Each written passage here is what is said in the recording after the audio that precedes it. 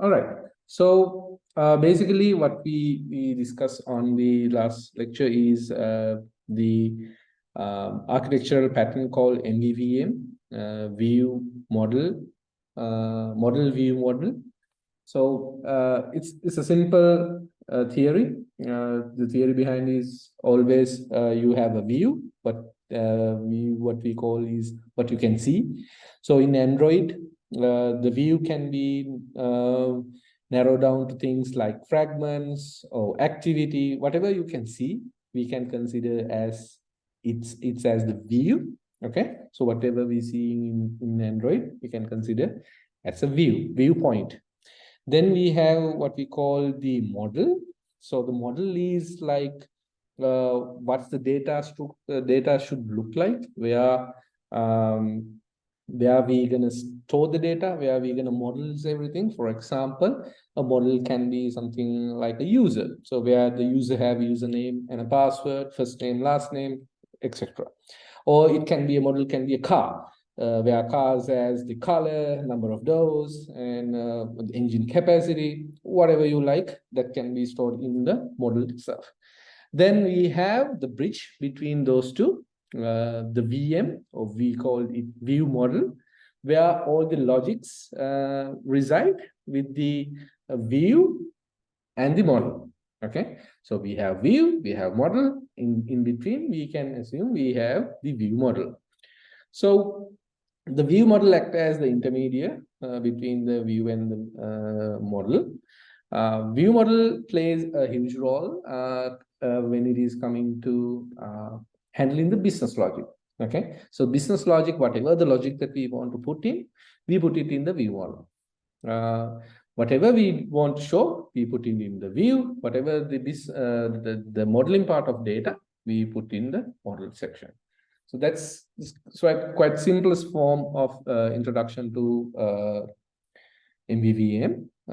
So when we are developing an Android application using the MVVM pattern, or in any, actually, there is what we call a data flow, which means that we don't pass around data on each and every direction. We have a data flow direction. That means the view can directly call to the view model. The view model can directly call to the model. But when we are communicating backwards, that means whenever the model want to talk to the view model, it's observable. That means it should happen reactively. No direct communication from model to view model. We don't do that. The same goes to view model to view. We don't directly communicate that. We communicate in an asynchronous way using observables, streams, or whatever the method that is available. So a basic example for Android, a very simple one, and this does not contain model itself. We don't have a data repository at the moment, but we'll improve by adding view model to this in this lecture series, and we will find how we can make it more efficient and make it a fully fledged MVVM architecture. So basic application, we just had a simple Android application, and make sure as we use a built-in template, nothing more than that. So we had few of the MVVM component coming to us. So if you look at the app module Gradle files, so these are like some of the things that we need to implement MVVM pattern. So especially we will get these app compact and Android KTX and material contracts. These are all related to UI, but these things, the live view model and live data, these things are something comes with what we call the view model implementation that we need to do. So obviously these dependencies you will see in a normal application, but if you are following MVVM architecture, you'll probably need something similar. Of course, this is, as I mentioned in the last lecture, this is one variant of or one way of doing MVVM architecture using live data. Okay, we are using live data here to make the MVVM architecture. Using live data, we are providing the observability, but as I mentioned, other than live data, we have what we call RX Java or Kotlin flows. We can use something else to achieve this architecture. Okay, as even within the Android system, it is not limited to one technology or one set of rules. These are like the defaults one that we get when we are creating out of Android Studio.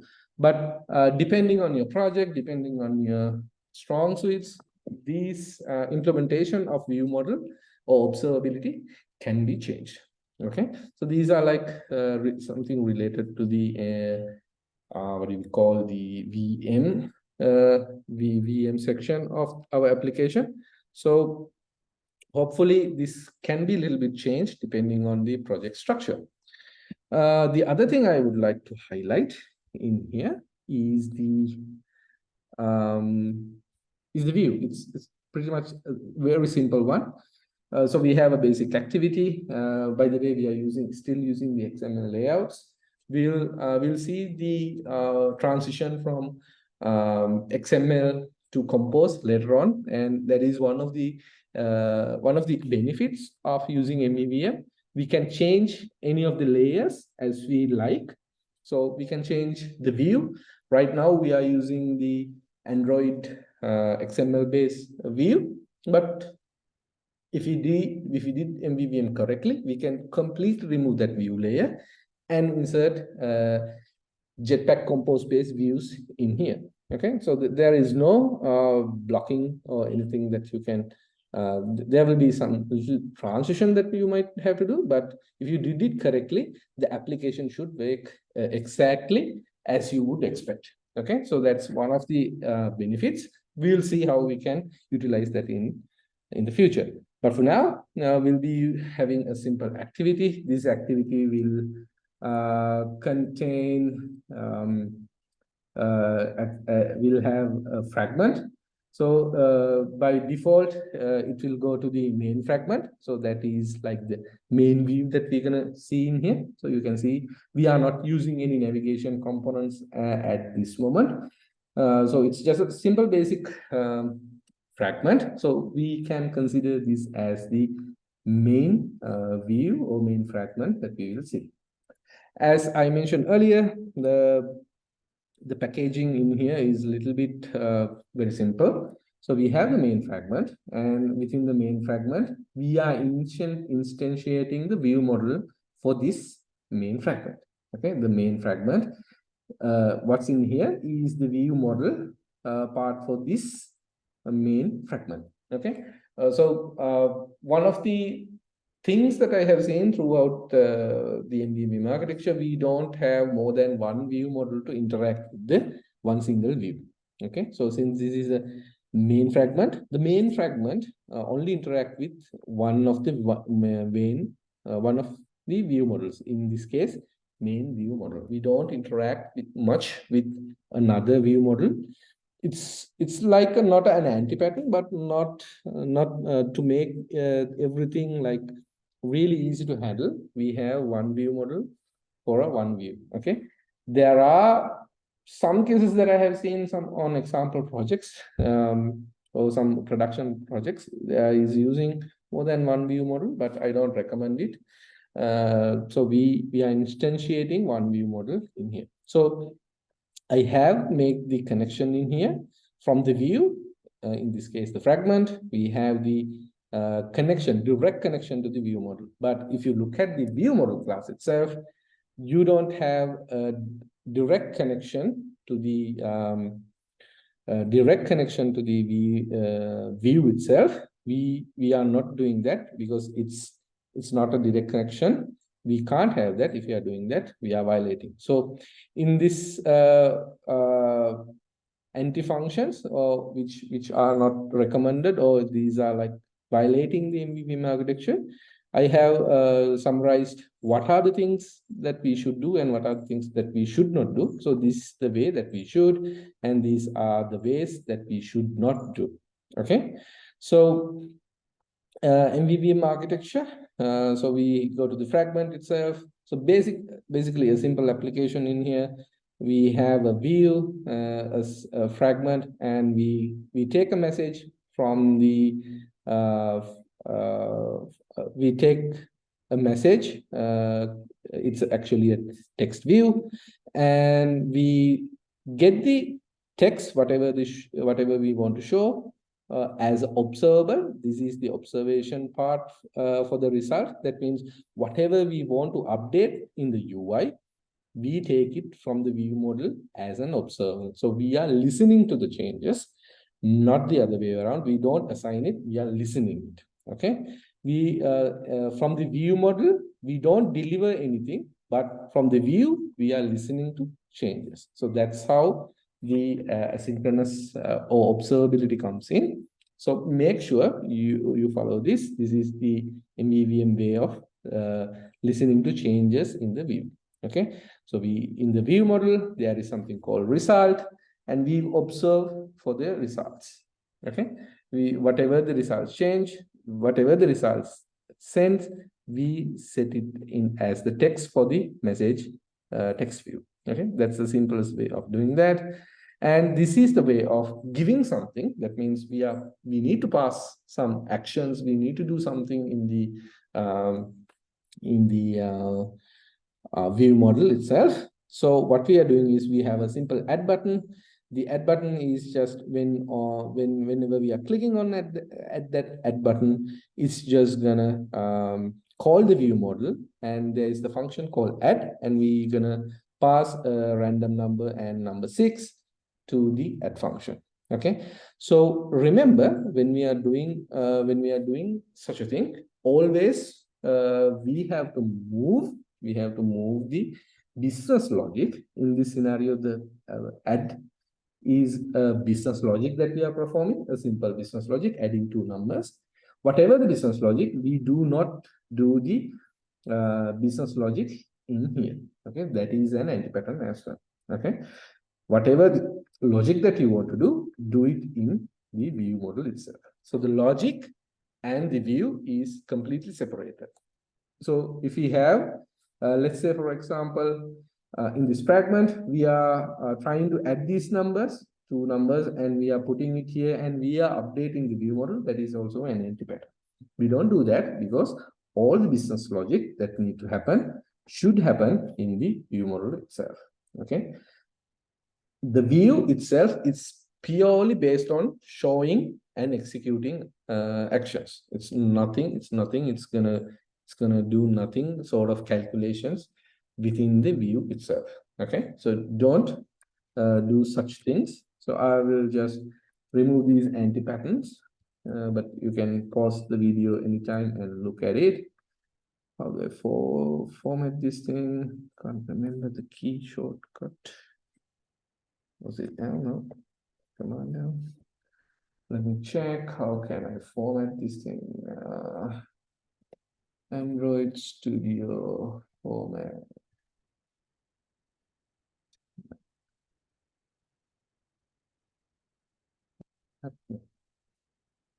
Command option L. Okay.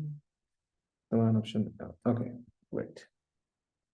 So what I've done is simply created this view. If I run it, let's give it a few seconds to launch up the emulator.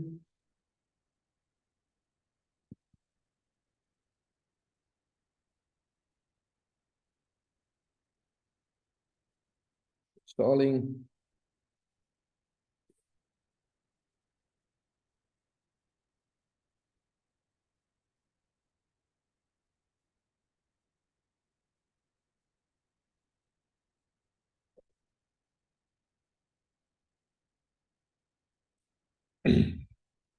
So as I mentioned, even though we use the anti-patterns, the application will work, but the problem is it's not good when we want to do when we want to make things the MVVM way. Okay. So we have the add button. It's just randomly gonna show some numbers. That's it. So it's basically a simple application. So I think I gave you guys a simple assignment on this. Just have two input fields where you can enter the two numbers and have arithmetic, four arithmetic operations: add, um, divide, subtract, and multiply. Whenever you multiply or whenever you execute that action, it's going to show the result in a text field. So simple application, but remember to do it in the MVVM way rather than putting everything in one place. Okay. All right. So we'll take this to the next level now. So since we have some insight on the what do you call the uh, M model and the view model. Now we think we can go a little bit farther, and we will take the application further, and we will take the application introducing the model in here. Okay, so there's going to be a lot of things we are introducing at this section. So if you don't get it at the first go, that's completely fine, but make sure you revisit and do the necessary changes in order to make this work. Okay, so we'll be using something called HILT. Okay, HILT is something what we use in the industry level called as a dependency injection tool. So anyone have heard or used the term dependency injection before? Okay, I know dependency injection. I have used it because it's crucial to know dependency injection. Otherwise, it would not make sense to anyone have used dependency injection before?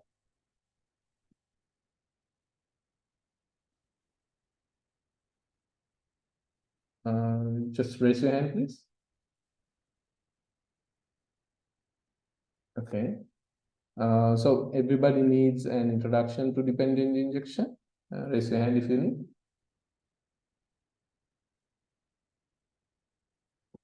What do you understand by dependency injection? We need a little bit of introduction onto that. Raise your hand. No need? I'm not sure.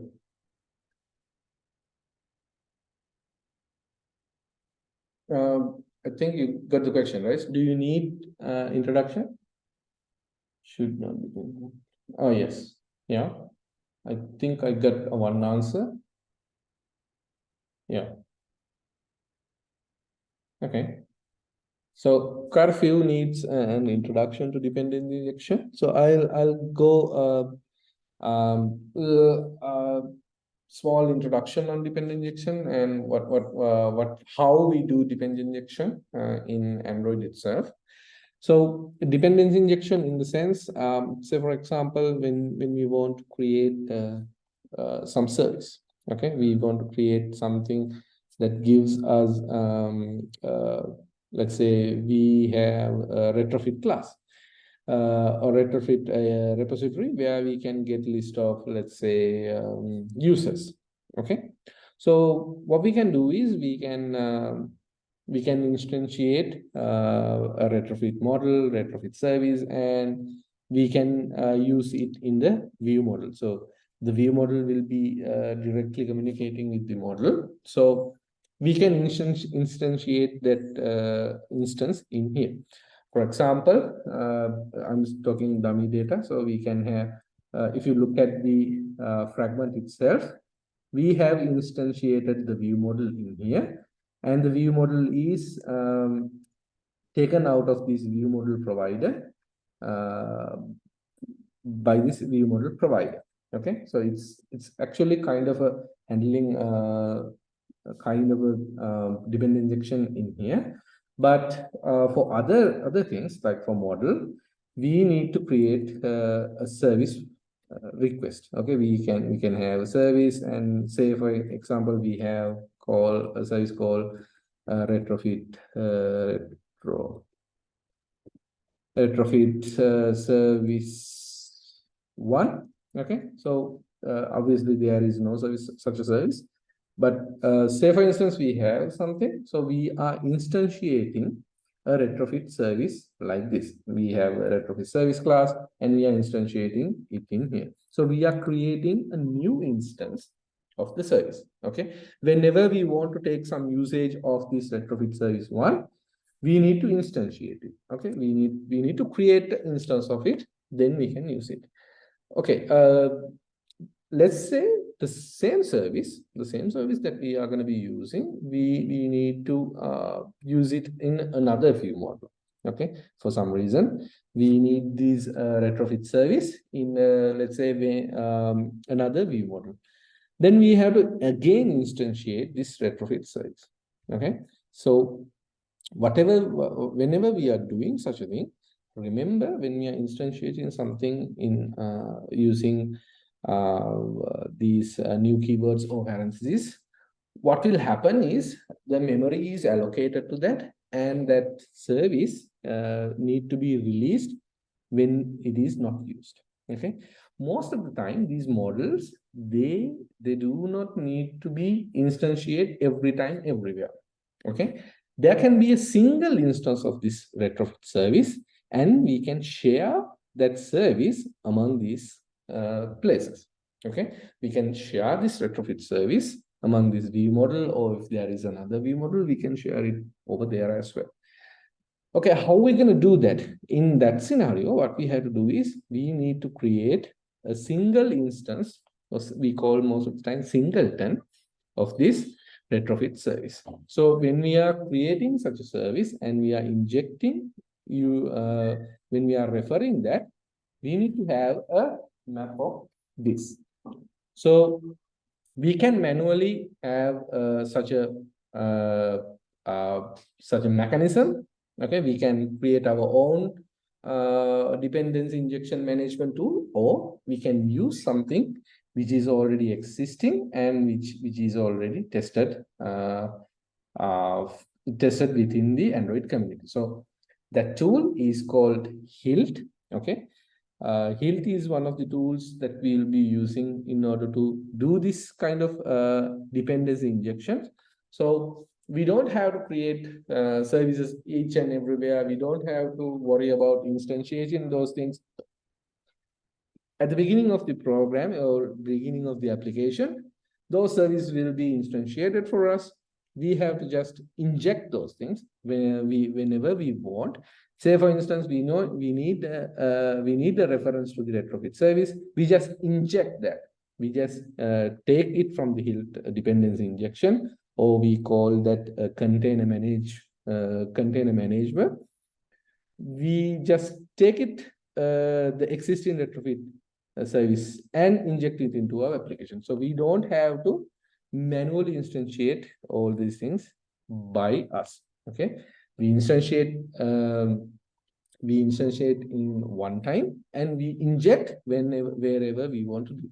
Okay, the basic idea of dependency injection and the basic what do you call basic advantage of using that is that we don't have to manually manage these things. We can destroy it anytime, and we can have a clear footprint of our memory where these things are residing, and it's obviously easy to manage a dependency injection rather than creating and you forget to destroy it and contain memory leaks. All sort of things can be easily avoided if you are using these retrofit services. Okay, so HILT services. So we'll use HILT as a dependency injection. So HILT is it has these containers sort of things. We will be managing their life cycles and everything. We'll be looking into HILT and its use cases in a different in this same section. So make sure you have the HILT set up correctly. Otherwise, it will not work as expected. Okay. Uh, okay. First thing we need to do, we need to introduce Hilt to this application. This is a little bit of round tour that we need to do. Otherwise, it won't work as we expected. Let's see how we can do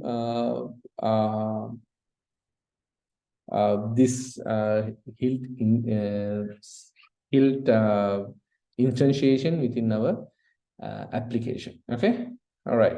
So let's go to Hilt first. Let me check whether we have Hilt in. By the way, Hilt is one of the new implementation. It's actually there you go. Hilt was actually depend on something called Dagger. Okay, Dagger is one of the popular depend injection libraries. On built on that, we have Hilt. Okay, so this is the simple guide that we will be using to instantiate Hilt. Okay, and bindings and everything. So we will go through this official documentation, and while we are doing it, we will learn the view model instantiation and everything as we go. Okay, so we'll start from the beginning. First thing is that you need to do, you have to have the Hilt Android plugin in your build.gradle file. So within the plugins, make sure to add the Hilt Android plugin. So I would go to my Gradle script, and I'll go to the app mode, Gradle project module. I would add Hilt in here. Let's give it a sync, and it is downloading the plugin as we speak. And the next thing that we will need is within your app build create model, you will have to have the plugin instantiated. Okay, there you go. We need to have KAPT and the Android plugin. So let's go back in here. Plugins. I think we have this one, and I think Kotlin KPT is one of things we need. Let's see, I'm not sure. Let's sync it. Line 4, yeah, I think we don't need this one at the moment, but if it's some reason, Hilt will plugin applied. Let's see, try it again. Is it a Groovy plugin? We're using Groovy now, right? We're using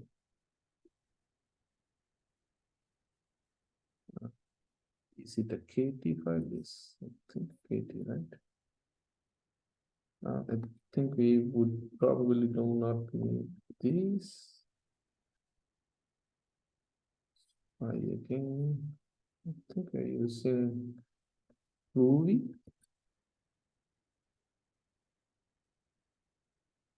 Let's give it a try again. Da, da, da.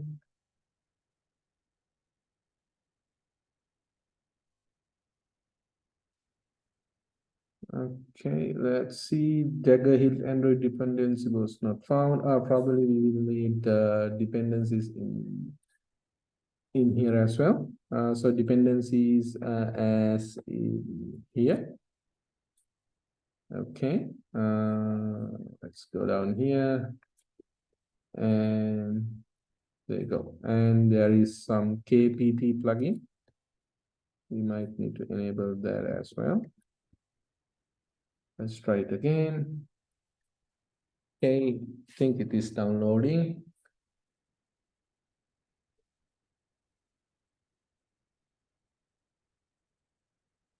Okay.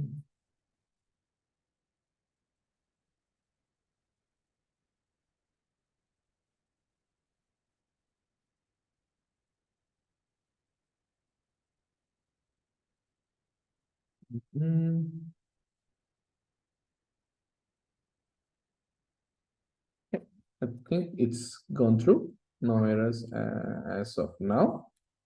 Okay, so far so good. Okay, next thing that we need to do is Hilt uses Java 8 features to enable Java 8 in your project, build app Gradle. Yeah, so we might need to use some Java 8 related stuff. If we don't have that, let's add those things under compile options.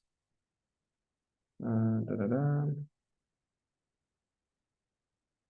Was it in the app route? Okay, we should have compile options. Okay, I think we already have those things, so no need to add it again. Yes, it's identical. Okay, and something that we need to know about Hilt, Hilt is application level. Okay, so every Android application is a subset of class called application. Okay, so we need to have the application instantiated within here. Otherwise, Hilt do not know where to start. Okay, so we need to have the application instantiated within our application, within our app. To reduce complexity, I will use app in terms of Android application. So we have this application class under the hood. We don't see this that much, but when we are working with Hilt dependency injection, we need to get in touch with this application class. Okay, so to instantiate dependency injection using Hilt, first we need to instantiate our application class and add this annotation into our application class. Okay, so let's see where we have the application class in our app. Let's go in here. Let's see whether we have all. I don't normally we start with the basic activity. Yeah, here you can see we have app compact activity, but we don't see an what do you call an action here. Sorry, application here. So we might need to create an application. So first we will create the application to the app. Da, da, da, da. Where is my editor? Okay. So what we will do is we will create main application class under here. New Kotlin class, we'll say main application. Okay, rather than the app, activity, we will have the main application class and make sure we are extending application from Android. Okay, and in here, what we need to do is first we need to instantiate at Hilt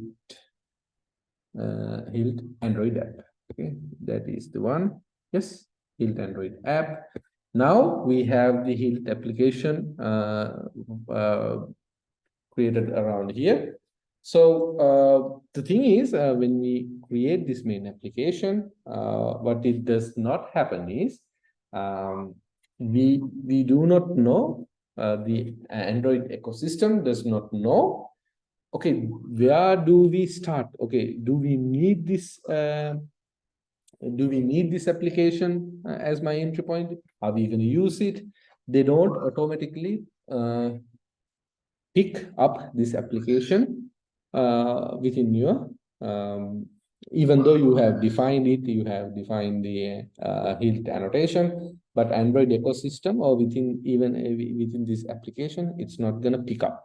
Okay, we have to say, okay, when you are starting the application, use this as a starting point. Okay, so to do that, you guys can remember, we have something called Android manifest.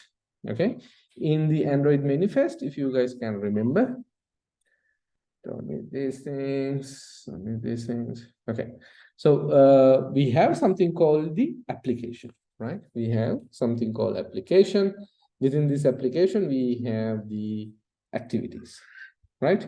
So by default, if we have not defined an application, it's going to use the default application. That means the application which is coming out of the box from the Android itself.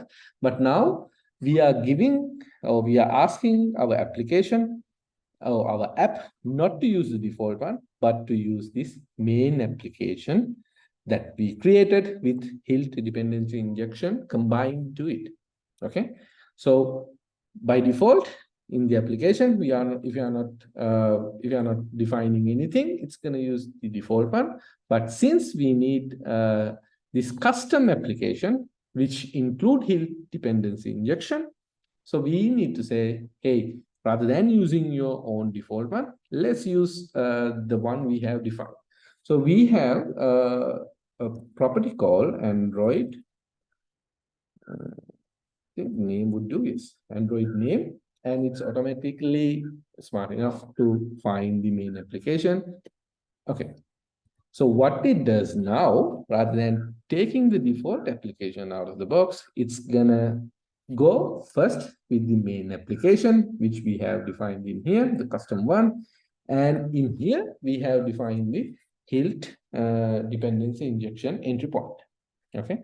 So now the application knows, our app knows, not to use the default one, but to use our custom HILT based application.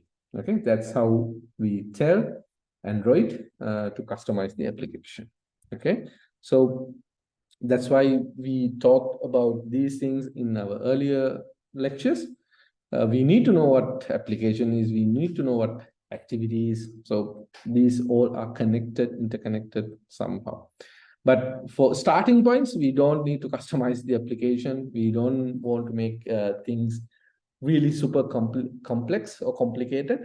But now, since we are moving up the ladder, we might need to know the bits and things that we skipped, but all in a good order. Okay, the application works as it is, since we did not change anything that much.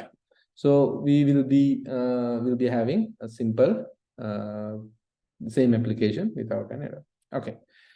So next thing, what we need to do is we need to have dependency injection in our Android classes. Okay, injection dependencies in our classes.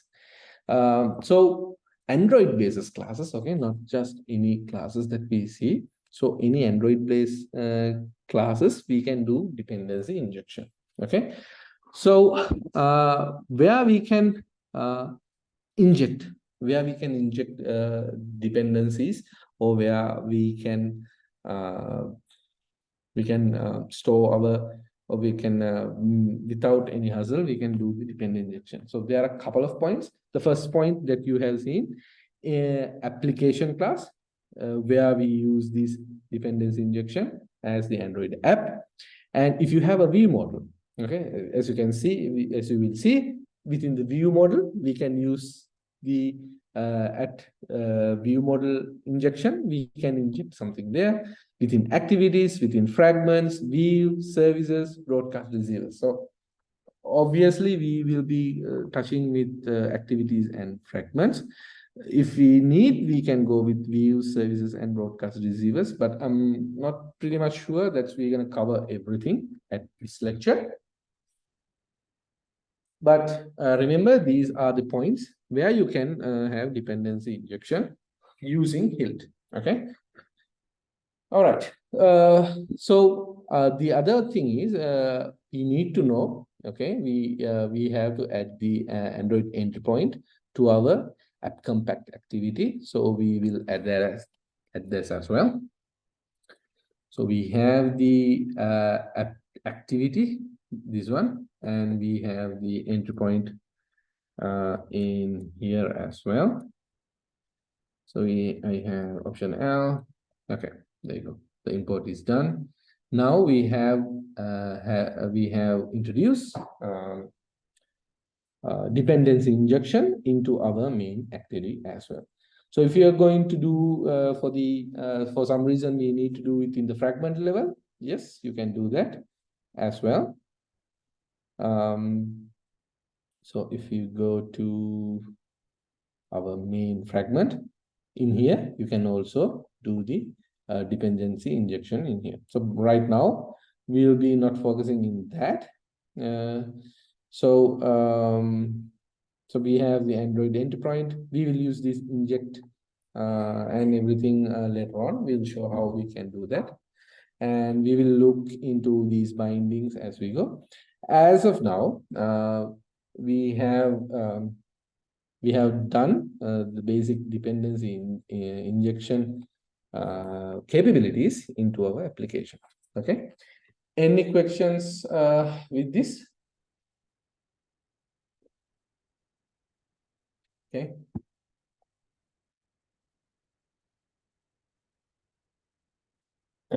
Any questions up until this?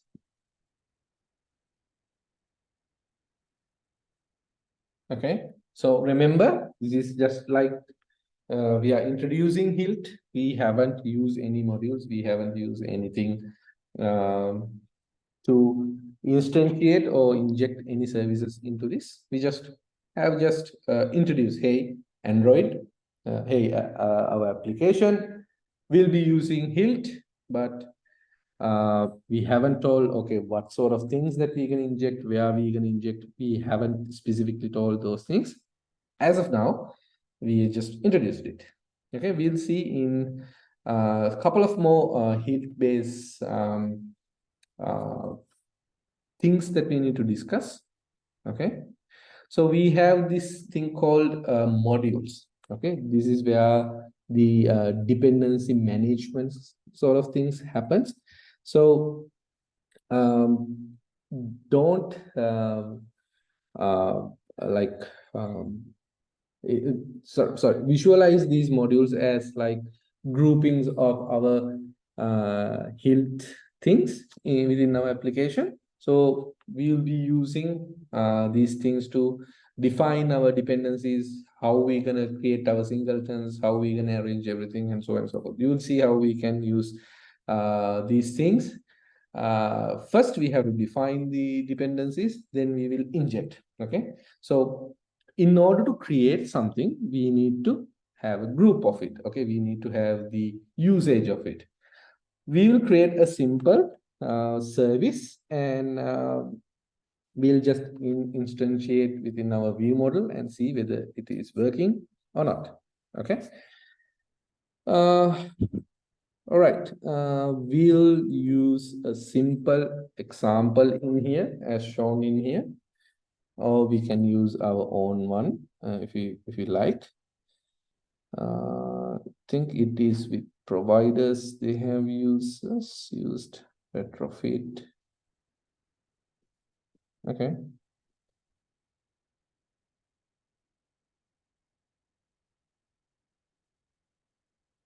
We'll be using this instantiation with providers. Okay. So we can use these things as we go. First of all, let me get HILT modularization providers. Let me get the best one, what we call.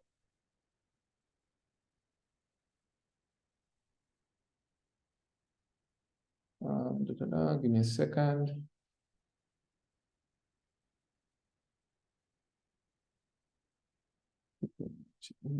Okay.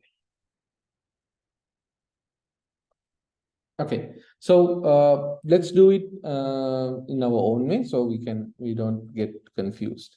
So we need to define some of the services. Okay, so we have HILT in our position. Now we need to create services. That means models, which we can ideally think those things as model if you are talking from MVVM perspective. So we need models. Okay, we need things to work with these things. So we need services.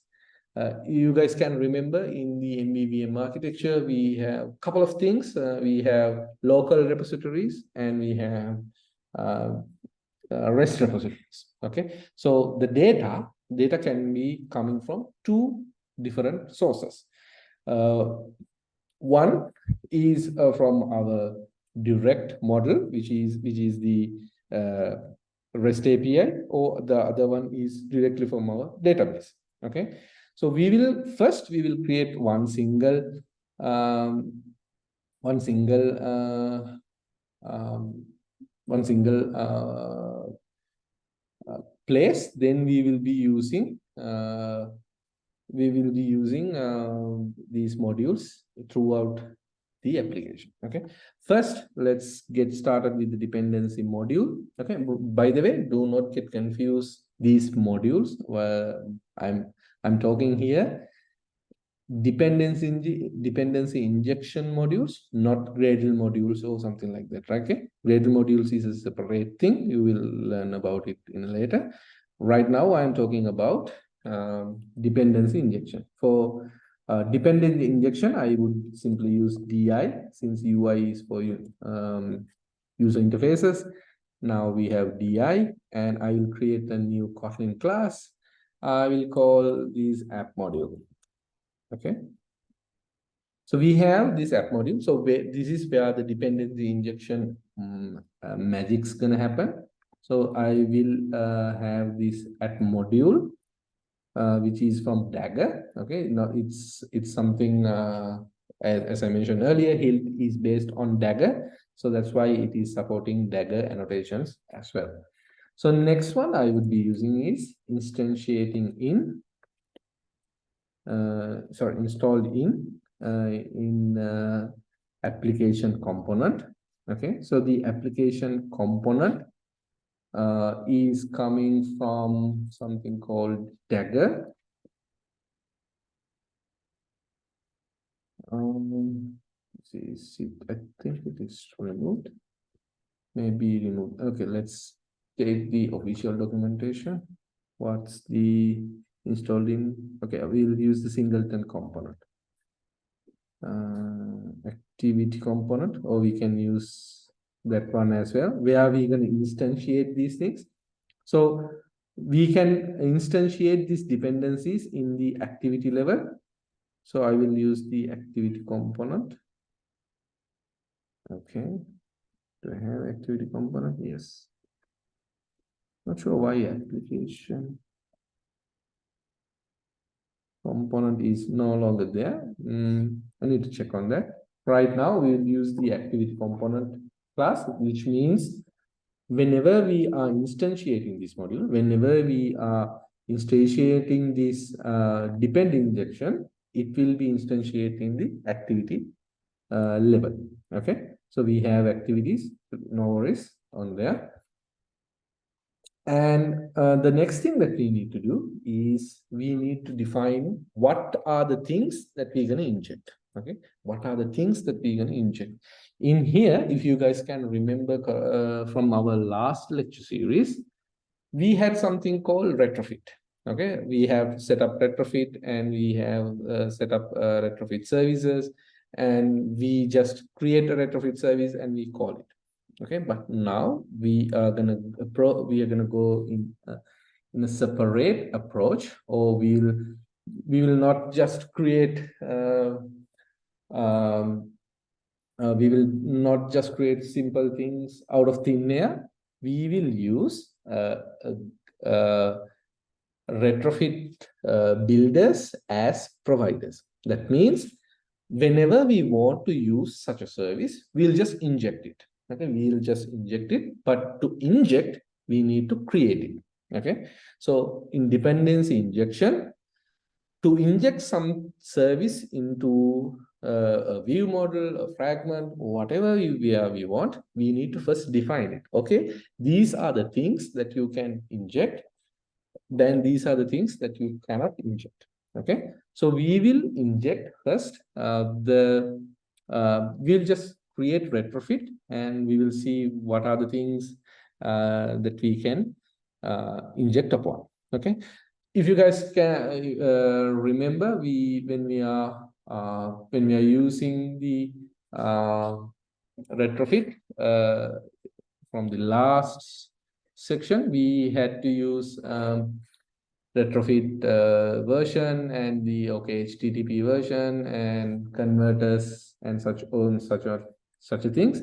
So I'm not going to explain those things again and again. I will just go with the retrofit installation.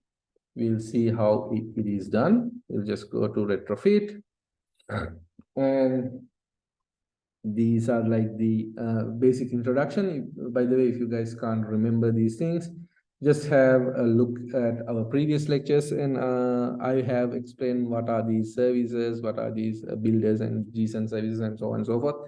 Right now, I'm not going to go through this. I'm just going to go to the retrofit configurations, or how we can use these things. Right now, I think retrofit meet Java 8. Okay, that's enough issue. Retrofit insert latest version. I'll just get the latest version. I'll go to my app.gradle. So I will be using retrofit in here. I need to check which is the retrofit version. Latest version. Let's see. Do I have the latest version? Normally it's under releases. We can find. Okay, it's around 2.90. Okay, I will have retrofit version in here, 2.90. But as you guys can remember, retrofit might need some other dependencies while we are using it. It's not gonna sufficient. So if I go to download section, it's only showing retrofit. If you are using okay, let's just add retrofit for now. But I think we need some converters in order to work. The converters are needed in terms of how we gonna handle the things. So I will be using the JSON converter.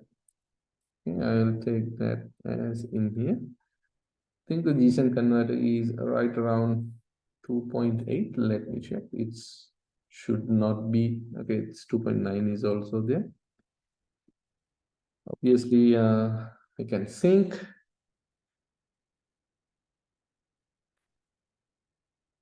There you go. So we just gonna get the basics for the retrofit. So why we need retrofit? Retrofit in the sense in here we will be using as our model where we get something from internet. Okay, so that's why we are gonna implement this. But if you guys can remember, earlier we just instantiate retrofit builders and we just used it. But now we are more capable than that. We are going to do dependency injection based retrofit instantiation. Okay, so how we going to do that? Really simple. So we will be needing retrofit instance. Let's take the this is not only for retrofit. If you want any service to be dependency injectable, this is the way we're gonna do it. Right now, we are gonna do retrofit as a builder. Okay, we retrofit as a provider or something like that. We can inject. So we're gonna be creating this instance.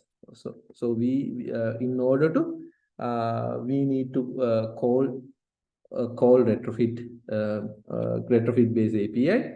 We need to create a retrofit builder, something like this.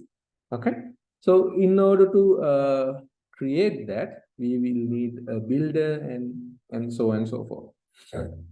And how we're going to do that? The simplest term is we create this instance, this type as a provider.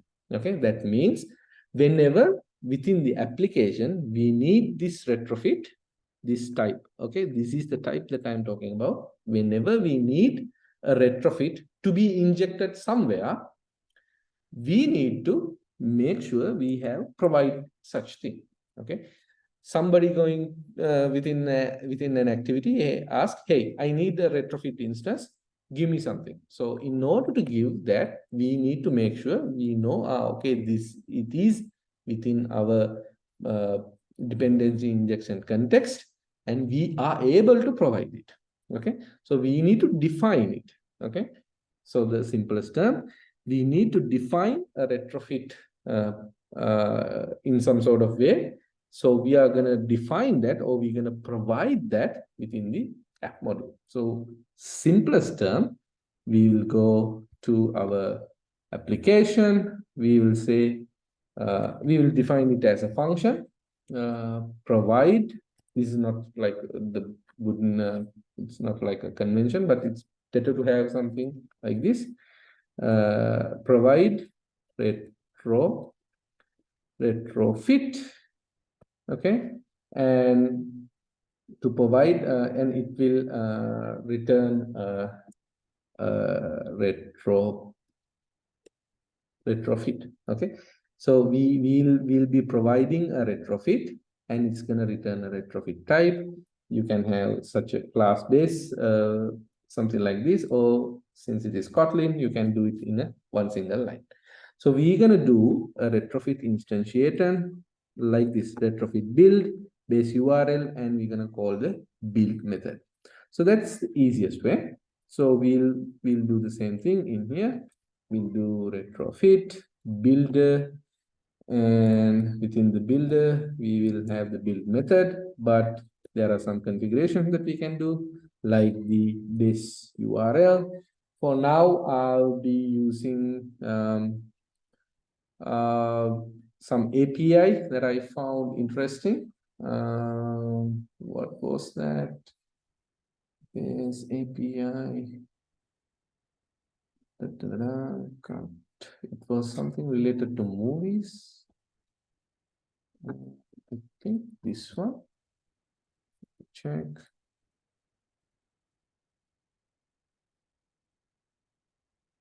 imdbapi.com. Okay, it's not found. I think it is shut down for some reason. Let's take something out of the retrofit itself. So api.com GitHub, or we can use anything that we like the JSON placeholder, whatever the API that you want to connect. Now let's say GitHub API. Okay, so the GitHub API has this. Let's say we want to find what do we have in retrofit? Users, user repos, this kind of things. So let's go to users, Chandika. So I have these repositories where I can see some users. In here also we can see some users and user details, and we'll be using this to show within our application. So it's a simple API. We'll be using this one. Do we have like picture or something like that would make G avatar? Yeah, there are some couple of pictures that we can see in here. So we'll be using that to show within our application. Simple one. So we'll have a base URL, as we can see in here, and we have that base URL as well here. Okay, retrofit builder, simply what was the command again? Okay, retrofit. Okay, so we are providing a retrofit, but in this scenario, it's not gonna know. Okay, this is gonna be a retrofit one. We will have. So we are basically defined it as a function, but it's not going to pick up by Hilt itself. So we need to say, okay, Hilt, this is something that we can provide. Okay. So by simply adding this annotation, anyone within the application, within this, at least within this module, can have access to a retrofit instance. Okay. Now you don't have to create a new builder, such and such. You can directly use this retrofit whenever you inject it. Okay. So this is just the definition. We are defining, okay, we are ready to give a retrofit in our application. Whenever you want a retrofit, this instance, this class instance, you can inject anywhere. Okay, you can inject anywhere. And also there is something called in retrofit in here, we don't see the what do you call the builder or the converter factory. We need to create a JSON factory converter. So we can create that as well. So we will be putting it in here. Okay. Oops. Import. There you go. So now we have the JSON factory converter as well as here. Okay. So now we have a retrofit that we can inject somewhere. Okay. We have just defined this is injectable. Okay. We haven't used it right now. We are saying that is injectable. Okay. That's awesome. Now, what we need to do is we need to create a service. If you guys can remember, retrofit based on services or model. The API calls are done by something called services. If you look at it in here, we have these GitHub service where we're going to be using the GitHub class, something like this. And we can call whenever we want to get a list of things, we just call it in here. So that's awesome. That's easy. So we will create a GitHub service. It's even easier. We'll just have data bindings. I'm sorry. It's too much things now since it is generated. So we will create, rather than a simple main UI, we will create a new UI to make it more appealing. Let's say GitHub. Okay, and I will create, since we have main fragment, main view model, right now I'm going to just have the GitHub service. So I will call this GitHub service. Okay, this is not kind of like the model, but we will definitely get into that later on. I'm gonna copy paste these things because I'm lazy.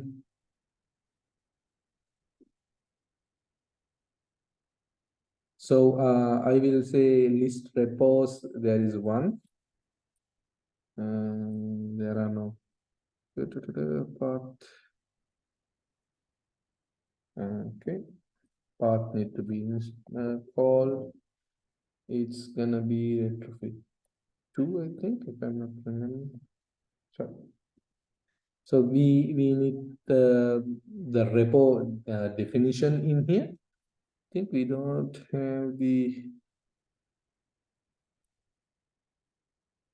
okay. I think this one is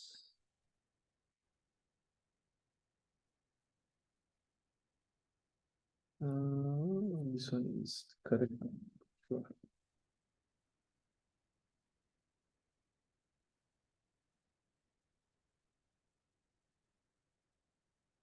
Let me check a simple service that I can.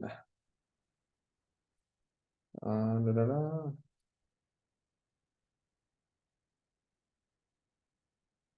Carrier service.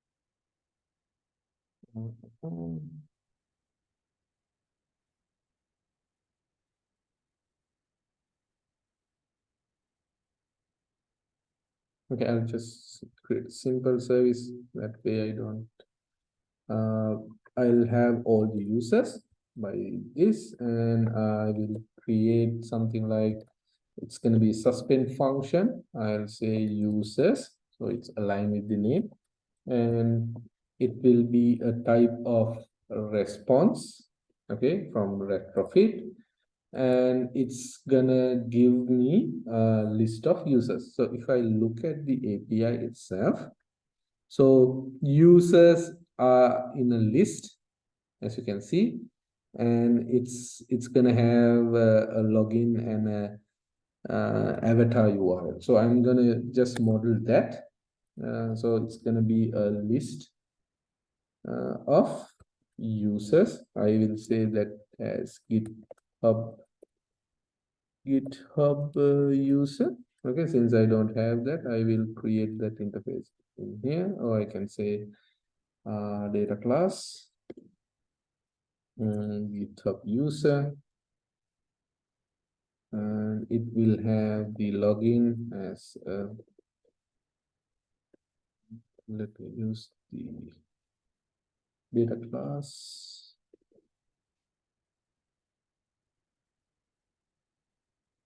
GitHub users, and it sorry, login variable. It's gonna be type of string. Is it login or login? Login. Okay, we need to make sure the names are correct, otherwise it won't work. So we have login, and what we have else, we have the avatar URL. That avatar URL as well. It's a variable, and it's going to be type of string. Okay, we can have these things changed if you like. For now, I will just use these two, or I can use something else. So this is the GitHub service, and once we have this in our within our view or wherever we want to use, we can get a list of users. That is the simplest form. Okay, so now earlier, if we like novice, or when we are trying out stuff, we just instantiate the GitHub service and we just used it. That's it. We did not have any problem. We just created it and we just use it. So now it is not that case. We will be using a more elegant way of doing that. We'll be injecting this. We'll be injecting this and using that. Think next thing that we will be needing to do is something like this. We will be creating a service out of it. Okay, we will be creating a service out of it. So really simple. We will go into our that is our dependency injection. We will create a simple function. Provide GitHub service. We have a GitHub service. Okay. And what is the instance that we're gonna be giving back? It's gonna be a GitHub service. This instance, we will create a GitHub service. And how we gonna give a GitHub service in this scenario? So simple as when we are creating when we are using when we are using something like the retrofit builder, we can just create, we can use the provided retrofit builder, and using that, we can just simply call the create method, and we can have an instance of it. But the thing is, we need a retrofit instance to create it. Otherwise, we won't be able to create a GitHub service, because the definition of creating a service, if you look at the class itself, you can see we need retrofit, create, and we have to provide the GitHub service class. So that's how we're going to be creating a GitHub service. So the GitHub service, to instantiate it, to create a GitHub service, we need a retrofit instance in here, this retrofit instance. Without that, we can't create a GitHub service. So if you go back in here, in order to provide a GitHub service, in order to provide the GitHub service, we need the instantiating of instant of retrofit. Okay, so you might say, okay, you can just call the get retrofit and it will give you an instance of it. No, that is not the way of dependency injection. We will inject that. Okay, to inject that, since we are going to needing a retrofit in here, we will inject that in the parentheses of this function. So I can say retrofit, and I will inject a retrofit instance in here. And within there, I can say retrofit dot create whatever the service. I am going to create a GitHub service dot class dot Java. Okay. Now, if you look at this implementation, we are going to create a GitHub service, and that in order to create a GitHub service, we are depending on retrofit. We need a dependency of retrofit. How we gonna give the dependency to the GitHub service in order to instantiate it? We pass it as a variable or attribute to this method. Using that attribute retrofit.create, we can instantiate a service. Okay, so this is something related to retrofit.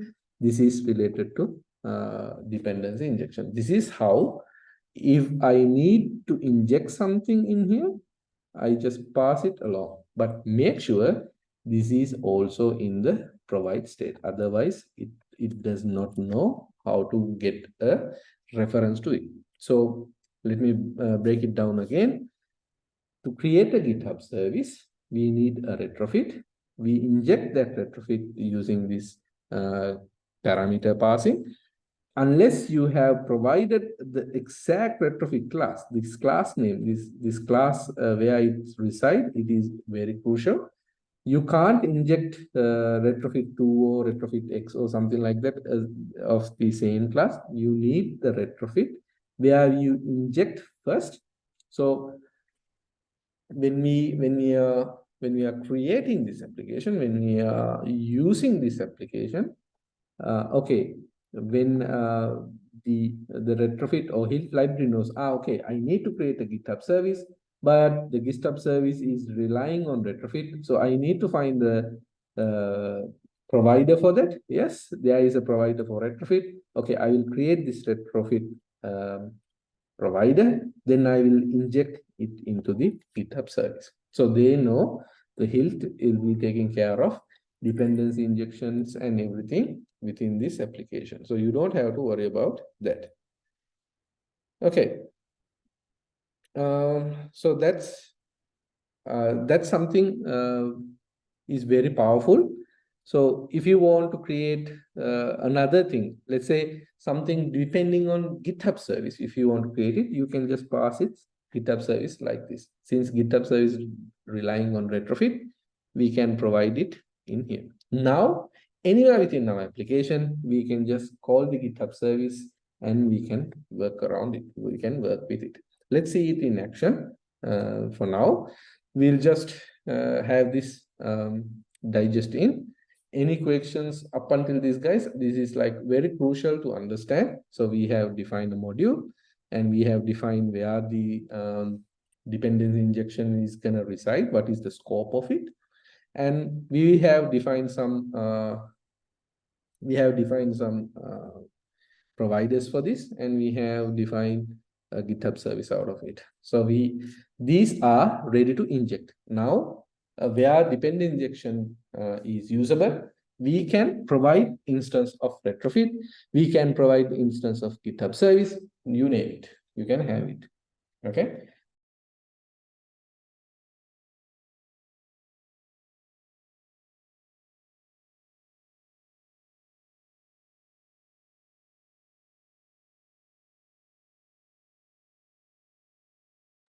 Sorry, I think I lost the connection. Can you guys see my screen?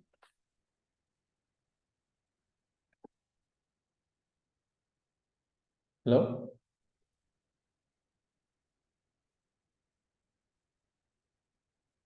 Hello? Everyone can see my screen or not? I'm not sure. I think I got disconnected. Yes. Okay, perfect. Yeah. So we have. So any questions up until this, guys? Anything that I need to clarify again? You don't hesitate to not to ask. It's wrongdoing. Ask.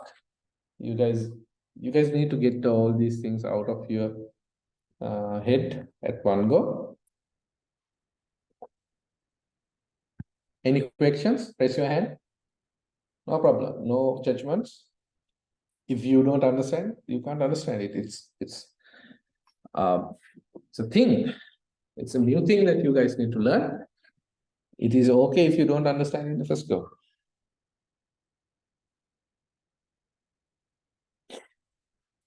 Okay. I hope then you guys got the answers, right?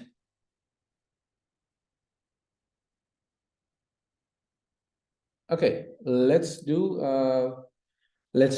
the other parts. So we have the service, we have the providers. Now we need to use these within um, our application. So what I'll do is, rather than creating the main fragment, main service, I will go to our GitHub and I will create a fragment here. So to make things easy, fragment with view model, I will say GitHub fragment GitHub. Okay, thanks. Fair enough. So I have the GitHub fragment. Okay, like we did last time, we have the view model, simple plain view model, nothing fancy. So I'll go to the main activity and I will remove this from GitHub fragment. Okay, rather than depending on the main fragment, I'll use the GitHub fragment. Let's see whether it is working on the emulator.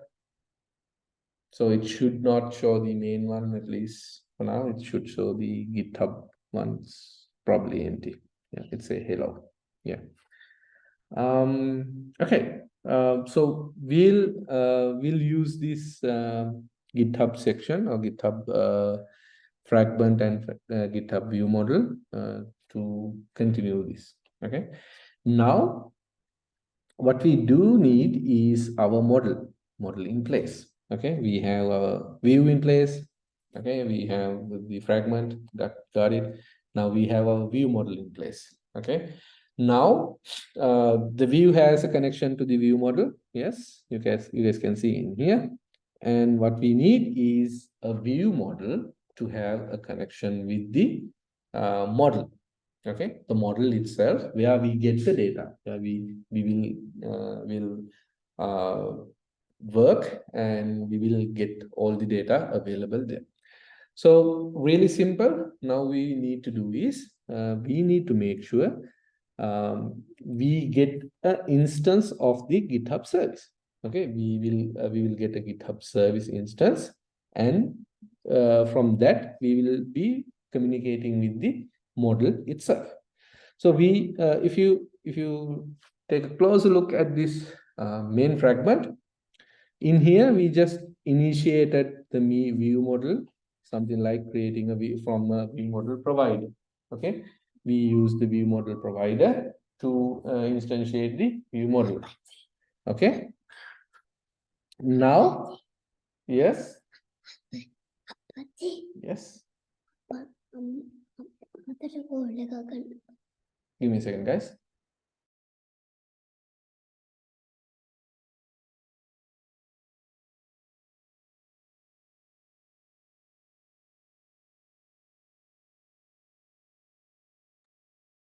Okay, sorry about that. And so we have this view model instantiation done by a simple view model provider, and it works. That's fine.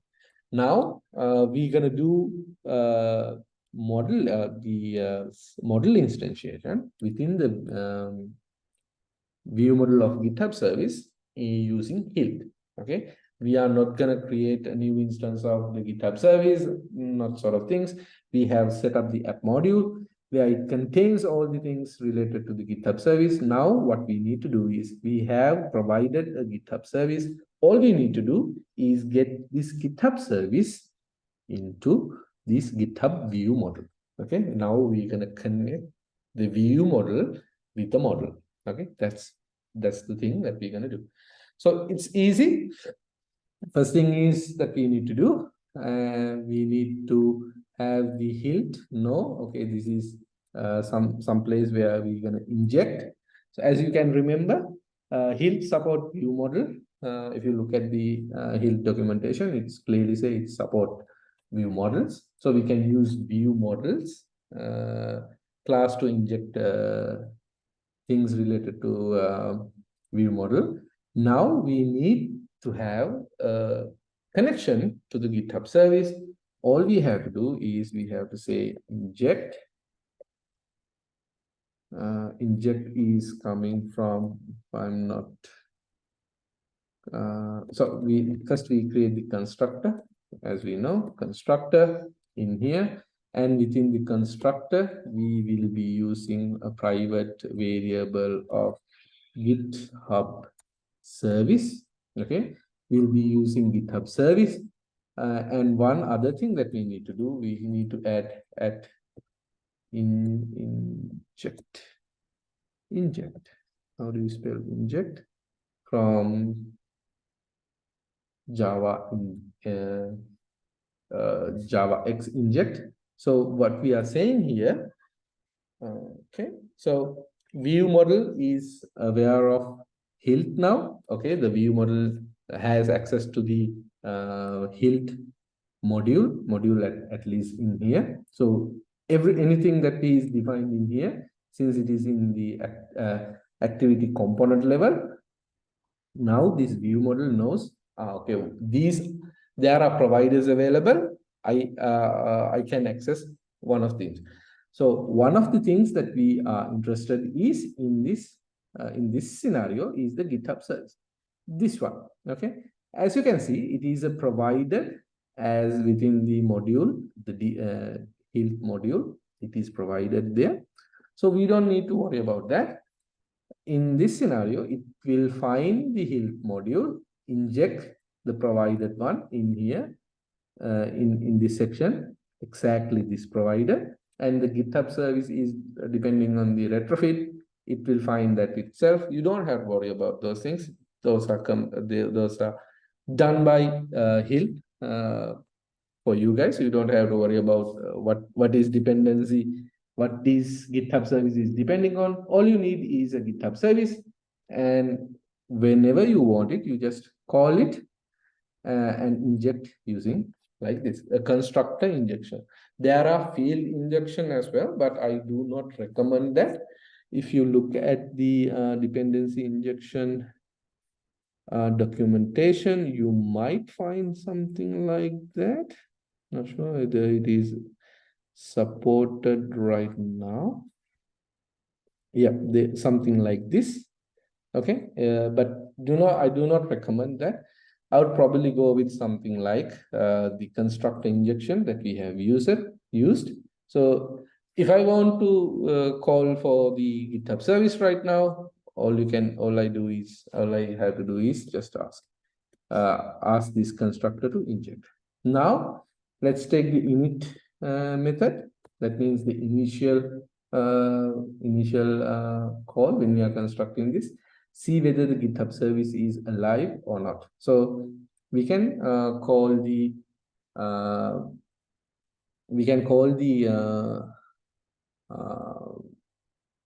GitHub service and see whether it is returning a list of movies. Okay, let's see whether it is working or not.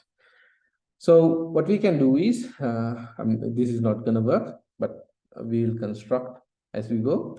GitHub service, I can say users. So it's gonna call this user function, and what is it's gonna say? Git. I will be taking that into say users. Suspect function should be called only from a coroutine or another suspect function. That's true. So suspect function, this is something similar to asynchronous function. That means it's not going to run on the main scope, because as you guys can remember, running something on the main thread, it's going to cause application breakdowns. So what we have to do is we need to run this suspect function either in a separate coroutine or in a separate what do you call a separate suspect function. Okay, so this is not allowed. Basically, this is not allowed to run in the main thread. That's what it's complaining about. So we need to make sure this run in another suspend function or a coroutine. Okay, coroutine. If you don't know, coroutine is like lightweight threaded from Kotlin. So it's like running its own process and getting all those things that we need, and it's gonna work as a simple thread. Okay, a more lightweight thread. It's like a separate process that runs in the background, and it get back the the things that we need. Okay, so we'll be talking coroutines in much more depth right now. Do you guys do your research? What is Kotlin coroutines? What are the 3 types of coroutines available there? And have a look at it while what it does and what sort of thing. So that's like a thing that you guys should do today. Have a look at coroutines. I think we did not cover much coroutines in the last lecture as well. So have a look at coroutines, what's its job. Okay, so we need to run this in a coroutine scope. So we have this view model scope, which is like a mini version of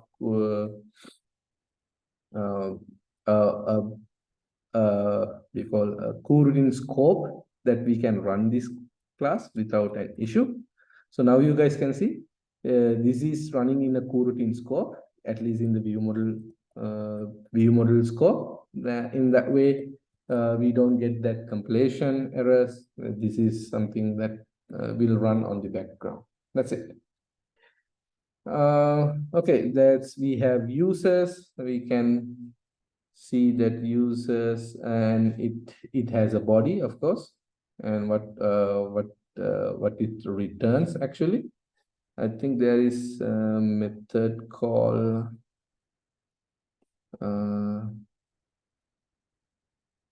body. Yes, I think it's the body, and we can get the first one, and we can have the login. I'm not sure this is gonna work. Body, what's the error in here? Replace with null safety. Okay, if this goes well, we should be able to get the login for the first user. Let me say login. So what I'm doing is it's not should not name as users. I would just say response.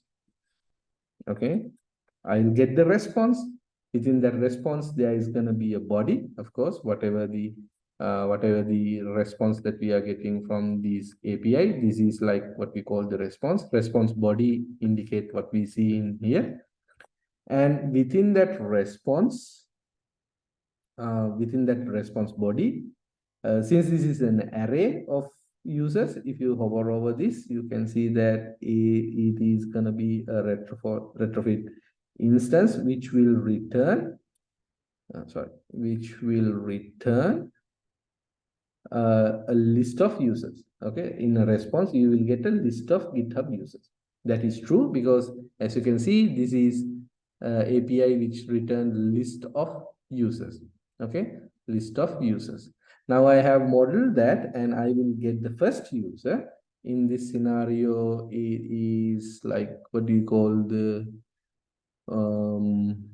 Mojobo? Okay, the login is Mojobo.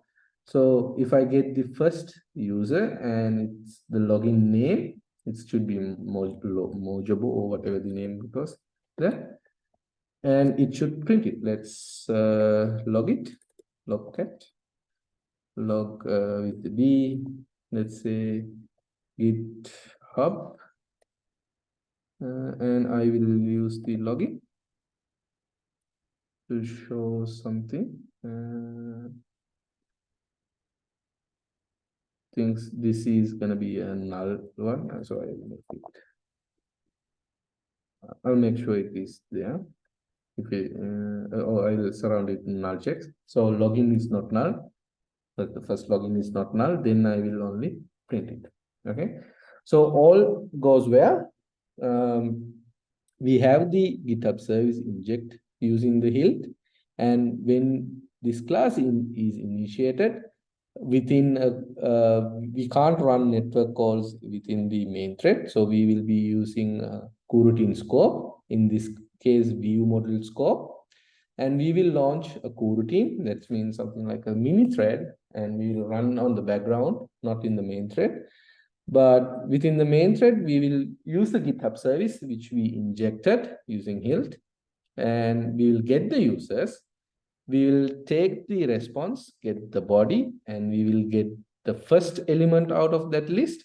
And from that body event, we will be uh, getting the login. And if the login name is there, we will print out. That's the simplest term. And hope this works, should work. Let's look at the logcat. And yeah, it's getting an error. Okay, that's cool. Provides annotated method, public abstract static, single C implementation, injected at GitHub service, blah, blah, injection at arg, view model is requested. So it's giving an error. That's good. So we have done something wrong. Provides annotated method, cannot be provided without, provides annotated method. Okay, let's see what's wrong. Probably the git, probably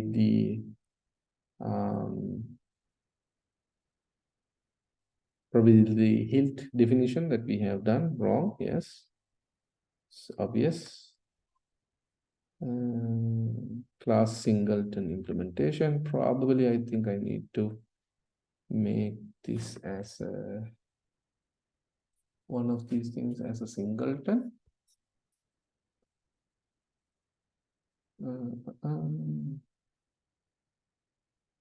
Think.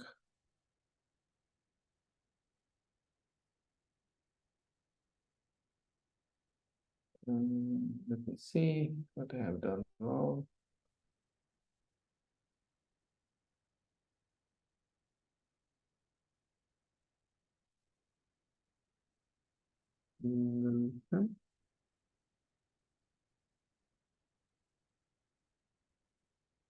No. Cannot provide without method. Let's see what Google has to say about it. Negativity.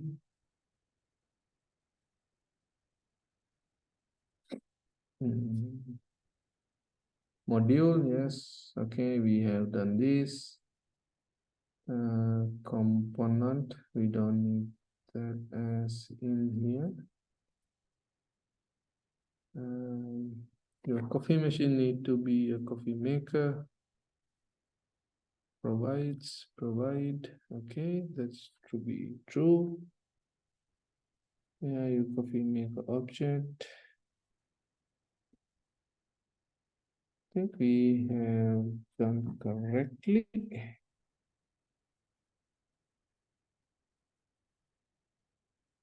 In my case, in one model, replace Android data transporter and time.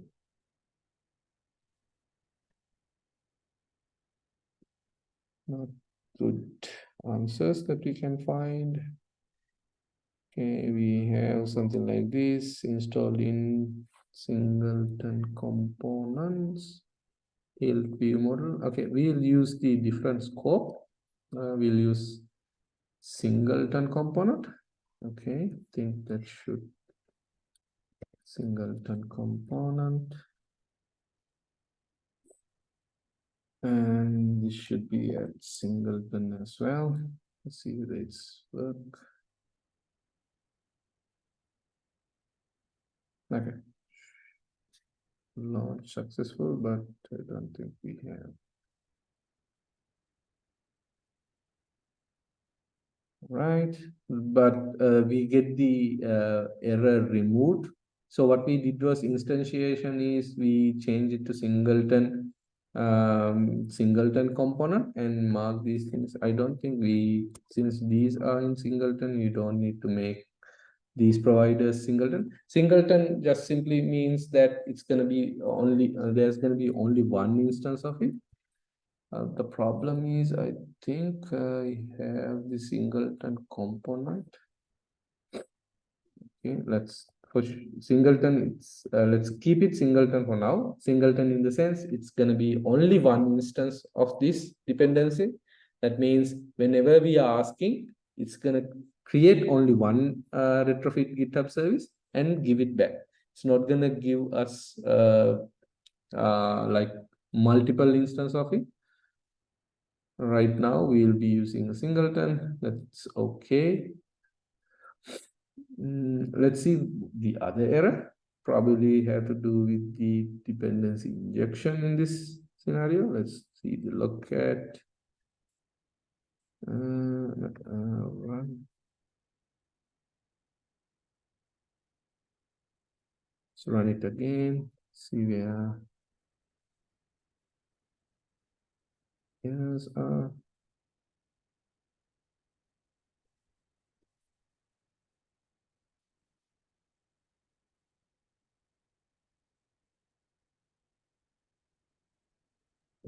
Is showing some, in this case, related to hours.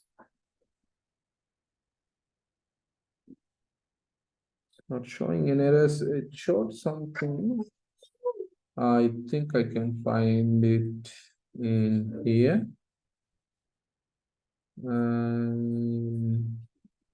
There you go. Okay. Cannot create an instance of class GitHub service view model. Okay. Exception. So we can't create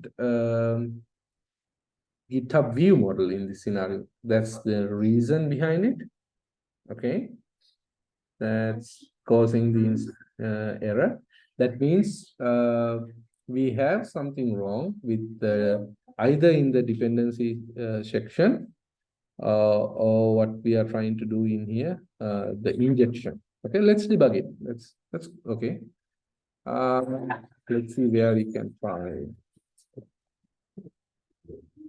Guys, give me a minute.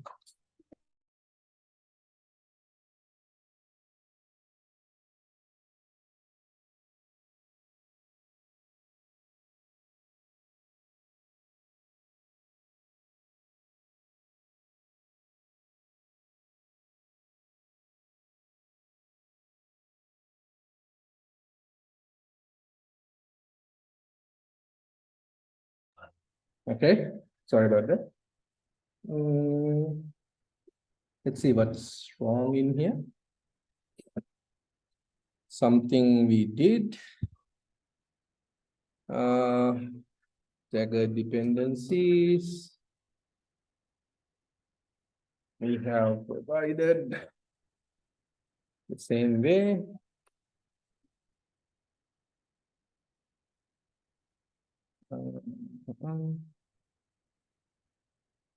No constructor and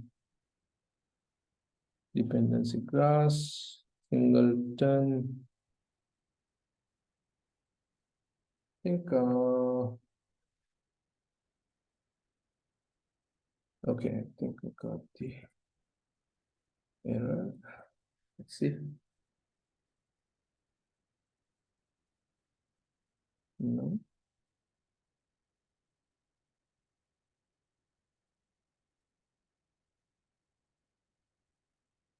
The models, is it different?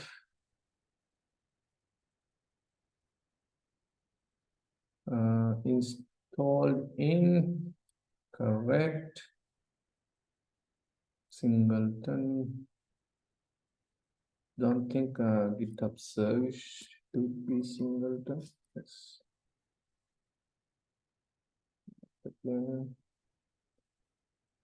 No, still crashing.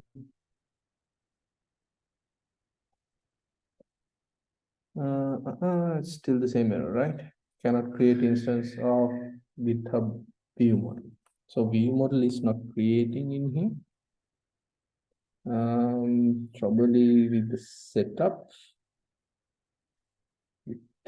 Select the view model. Let's do something for now. We'll just remove the constructor to see whether it is working without the hilt. Help me where should be exactly inject annotator in this constructor. Okay, since we have the constructor in here.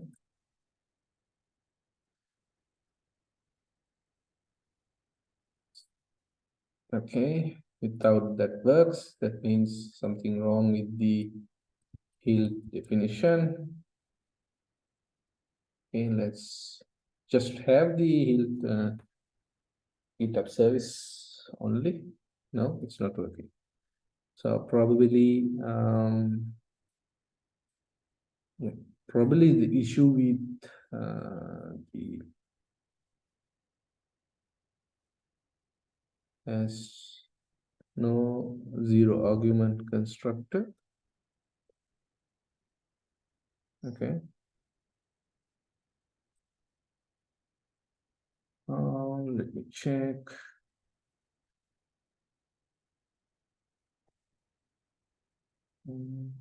Service.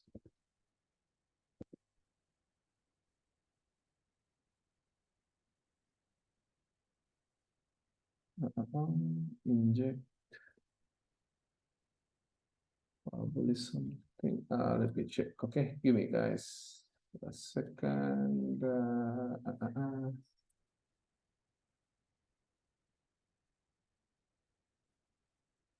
Yes, service.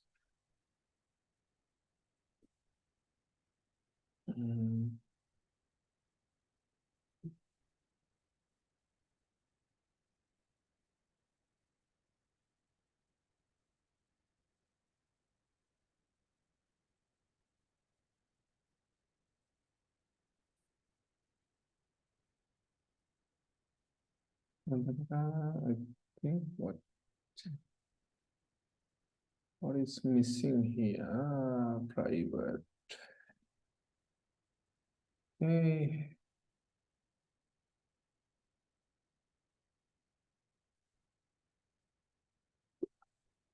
We have reference and everything.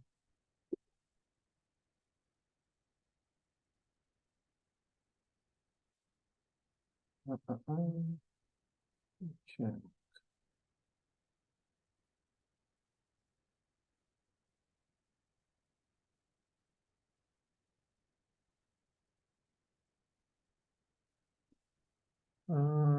Provider is okay. I think probably I have messed up the what do you call the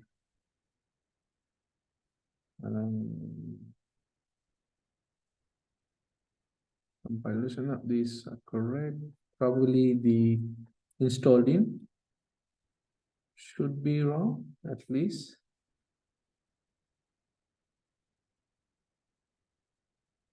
Activity component. Yes, I have done such.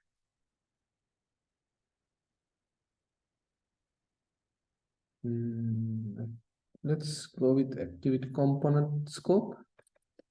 Probably the scope is wrong. And inject. We did that the entry point. Oh, one thing I forgot.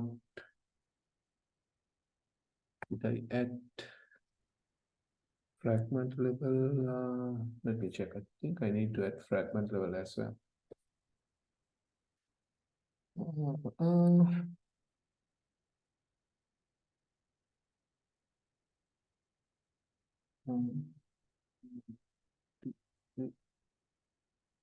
No, I think fragment level injection is not needed because it's not depending for the view model.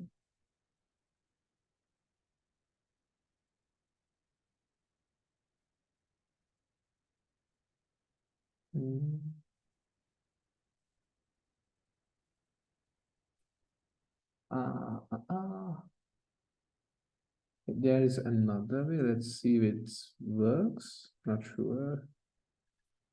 I will say at view model inject. Not sure it is still there. No, it's not. So it should be tilt and inject. Private. Well.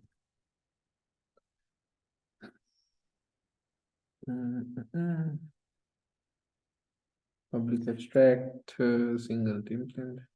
The one thing I need to do is sometimes this happens. Clean project to build it. Because these are generated class. Sometimes it does not work. No, it's not the case. Let's debug it further on.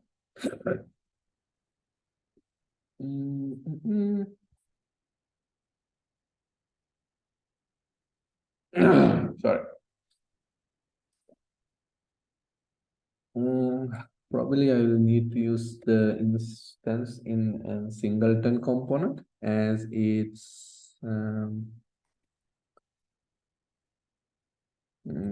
is in the singleton. Did I add entry point as well? If I did not add, that's okay. I have at the entry point. GitHub fragment. Okay.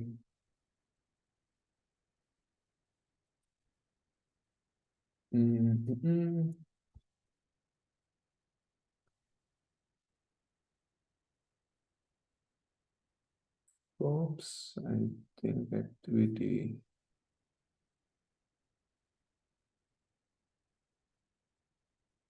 Component hierarchy. Let's see hierarchy.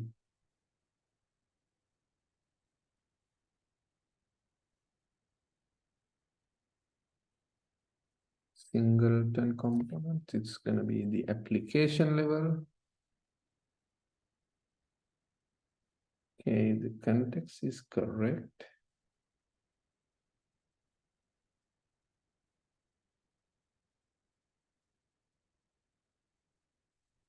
Okay, let's revisit.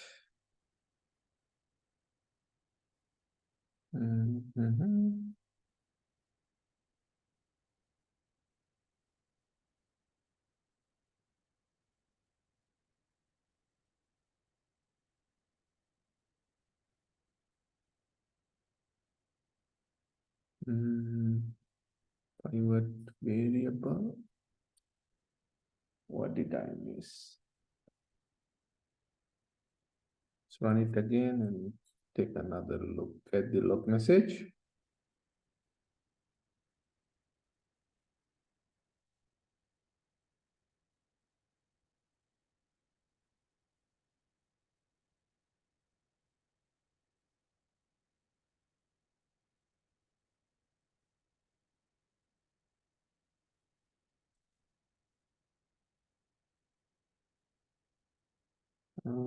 GitHub view has no zero argument constructor. Well, Let's check whether this one will help. View model. Inject. Okay. Okay, in my case, hilt fragment. Okay, entry point. Of course, in your view model, you need to annotate tilt. View model injection. In the view model, when you're initializing view model using view model providers, by default, expect to use user model. Okay. Non-zero. Okay, something to do with the view model itself. Check out the class view model factory. Okay. So it's happening something with the view model factory itself. I think we need to provide the view model factory binding as well. But something similar should work. Something like this, the entry point to the fragment. Let's see whether it is working. Should work.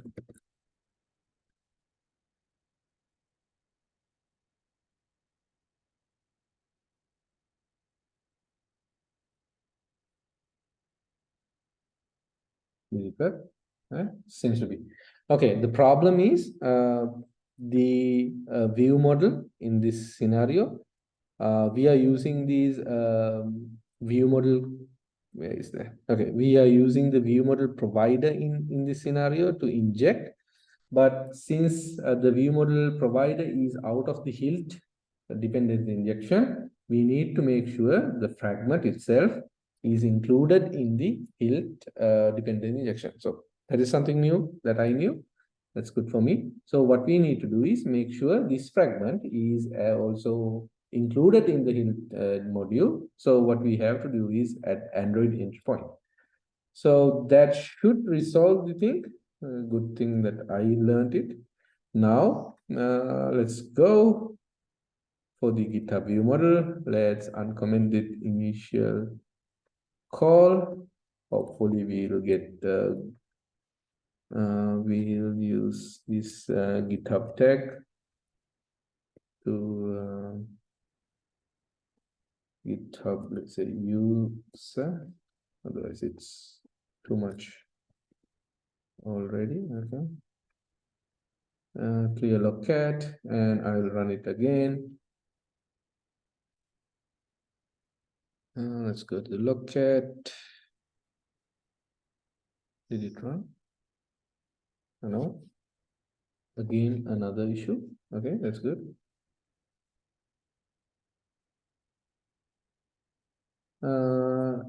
Failed, no address associated with the host name. Oh, probably this is something related to the internet permission. Basic things we forget.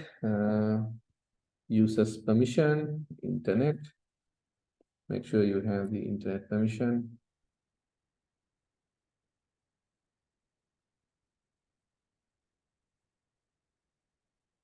Can I see the emulator? Yes. Okay. Can I see the logcat? Yes. GitHub user. Got it. So you guys can see that we got the first username. That is good. So few things that we missed. First of all, forget to add these entry point at the fragment level. If we don't add that, what will happen is this view model provider will not recognize to inject the view model itself. That's why it was happening. Now, since we have introduced the fragment into the hilt section, the view model provider is working as expected. Okay, it was explained in this answer. Okay, that is good. If you guys need, I will just send it in here. Maybe you guys can find a workaround it. Have this view model provided also in the app module section, so we don't have to provide it in each and every module that we use. So this will be something useful that you guys can take a look. Right now, it's just gave me the users in here, and that's good. So we get the first user, and let's try it on and try it once again with the GitHub. Say for instance, I need the second one, ID is 2. I want Trunkut or something like that. Defumkut. Hopefully it's its name. So if I want the second one, I can say 2. And if I run it again and I look at my locate, okay, sorry, 2 in the sense we are starting at 0, this one, okay. So yeah, we are getting information from our model, okay. So we are using the view model to get our data. Right now, we are not doing anything in terms of showing it in the view. We just took the values and just log it out. So anything confusing, guys, up until this point? Do I need to like do a quick recap on the view model installation? Raise your hand if you need a quick recap. Because now we're going to bind it to the view. Okay, now we have the view, we have the view model. Now we have the model. Model is the GitHub service, and we have binded all these three things together with using Hilt as a dependency injection. Quite troubled, but we got there. That is expected. Don't worry. I'm not a perfect guy. I'm not always getting things at one go.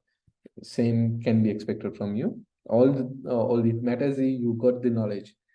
By doing these things, by getting it wrong, you got to the point where you want to be.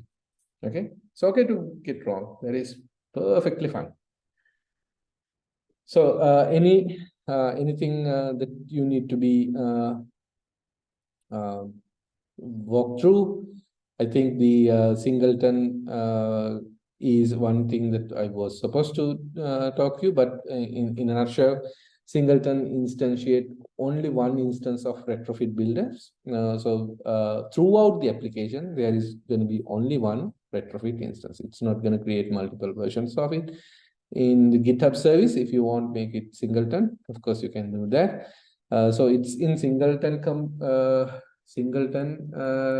component. We can make it activity component. It should work as well.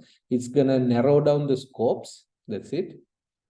Yeah, so it's not gonna work because there is one singleton scope item in here. Probably now it should work.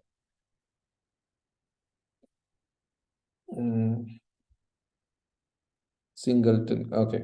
Think we can't have it in the activity scope. We just need to have singleton component. Probably I need to refresh my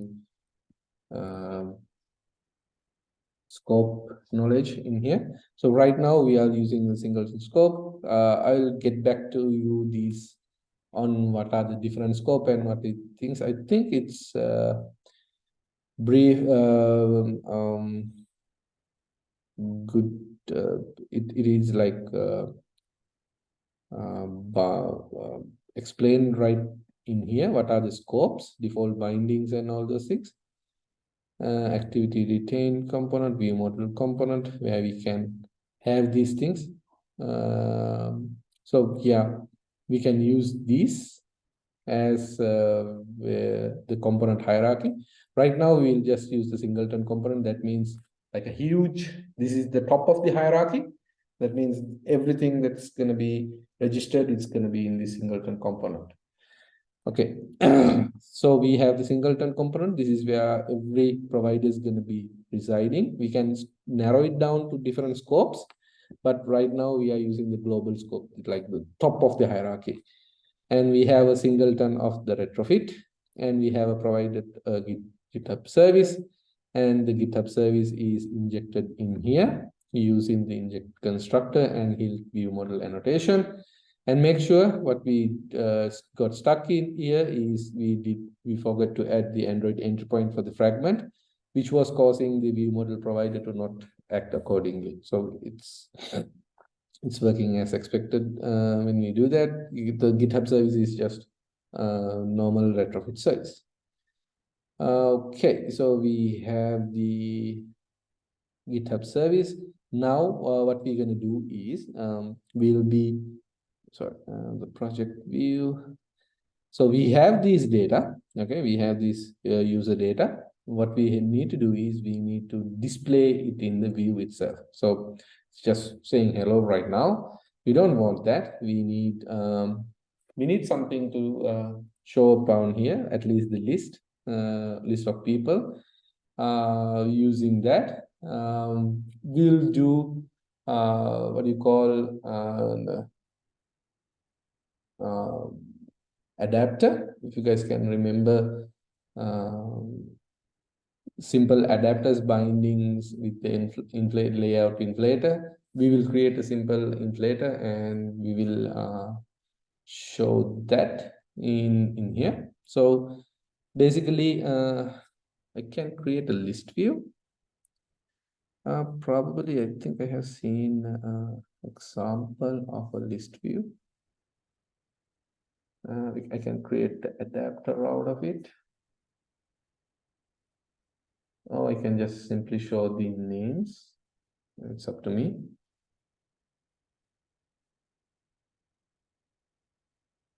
Let me create an adapter. List adapter, Android, copy some codes.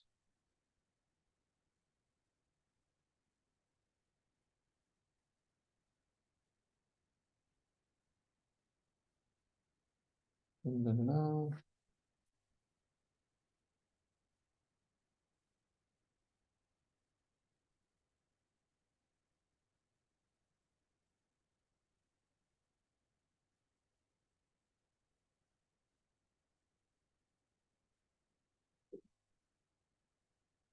I think we discussed a little bit on adapters, and so I'm gonna just take example out of it, so we don't have to code everything out.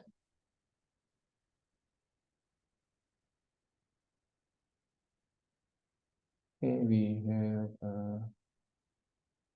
binding inflator, layout, fragment sim. So I'll create a simple layout.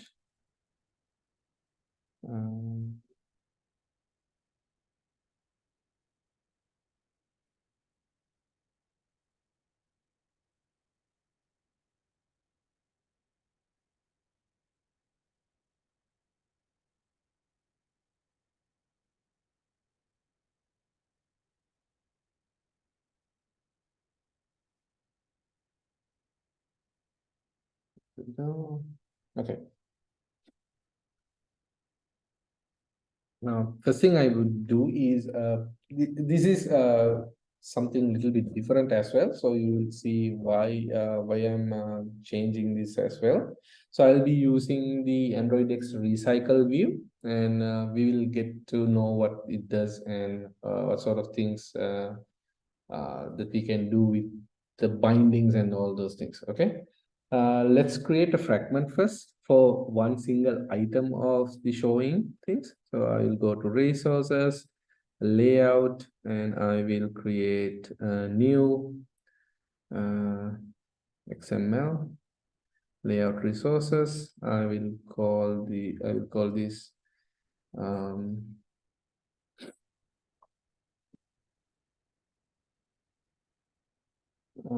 it is called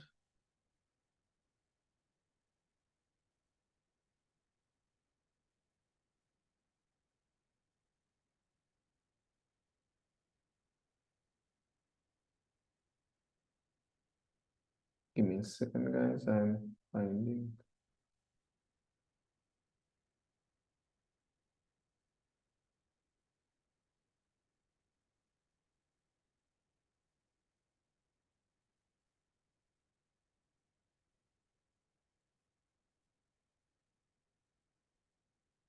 call this user, GitHub user view. Okay, that's the simplest XML name. Root element is constraint layout. We can use whatever you like. For now, I'll just use constraint layout. I would have, let me have this code in here. Let's just have a simple text around here. We'll show the names only. You can change these things as you like, whatever the things with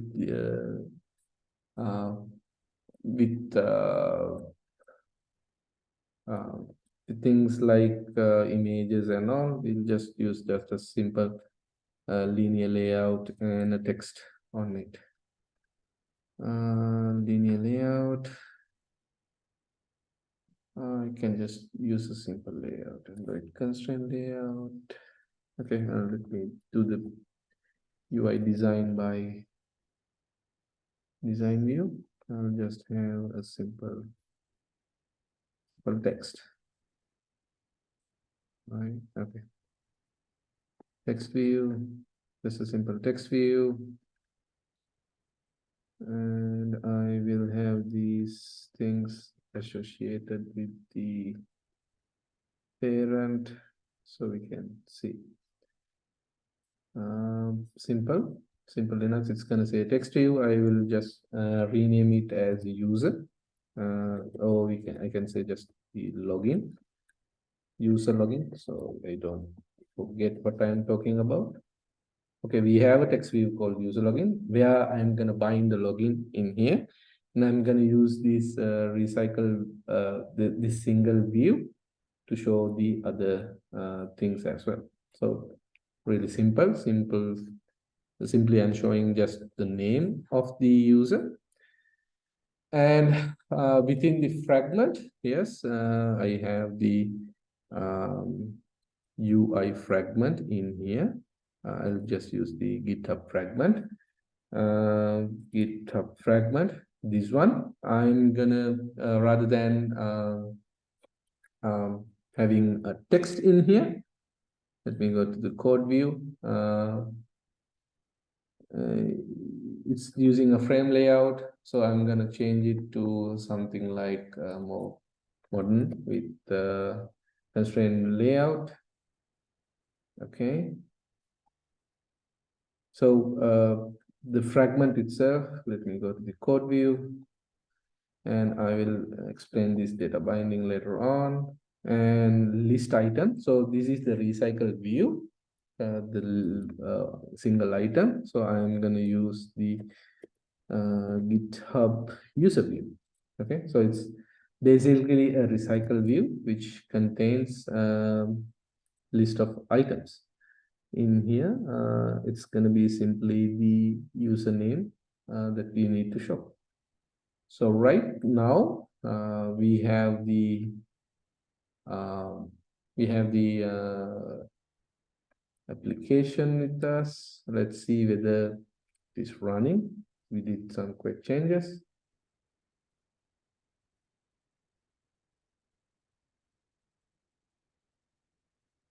There's the emulator.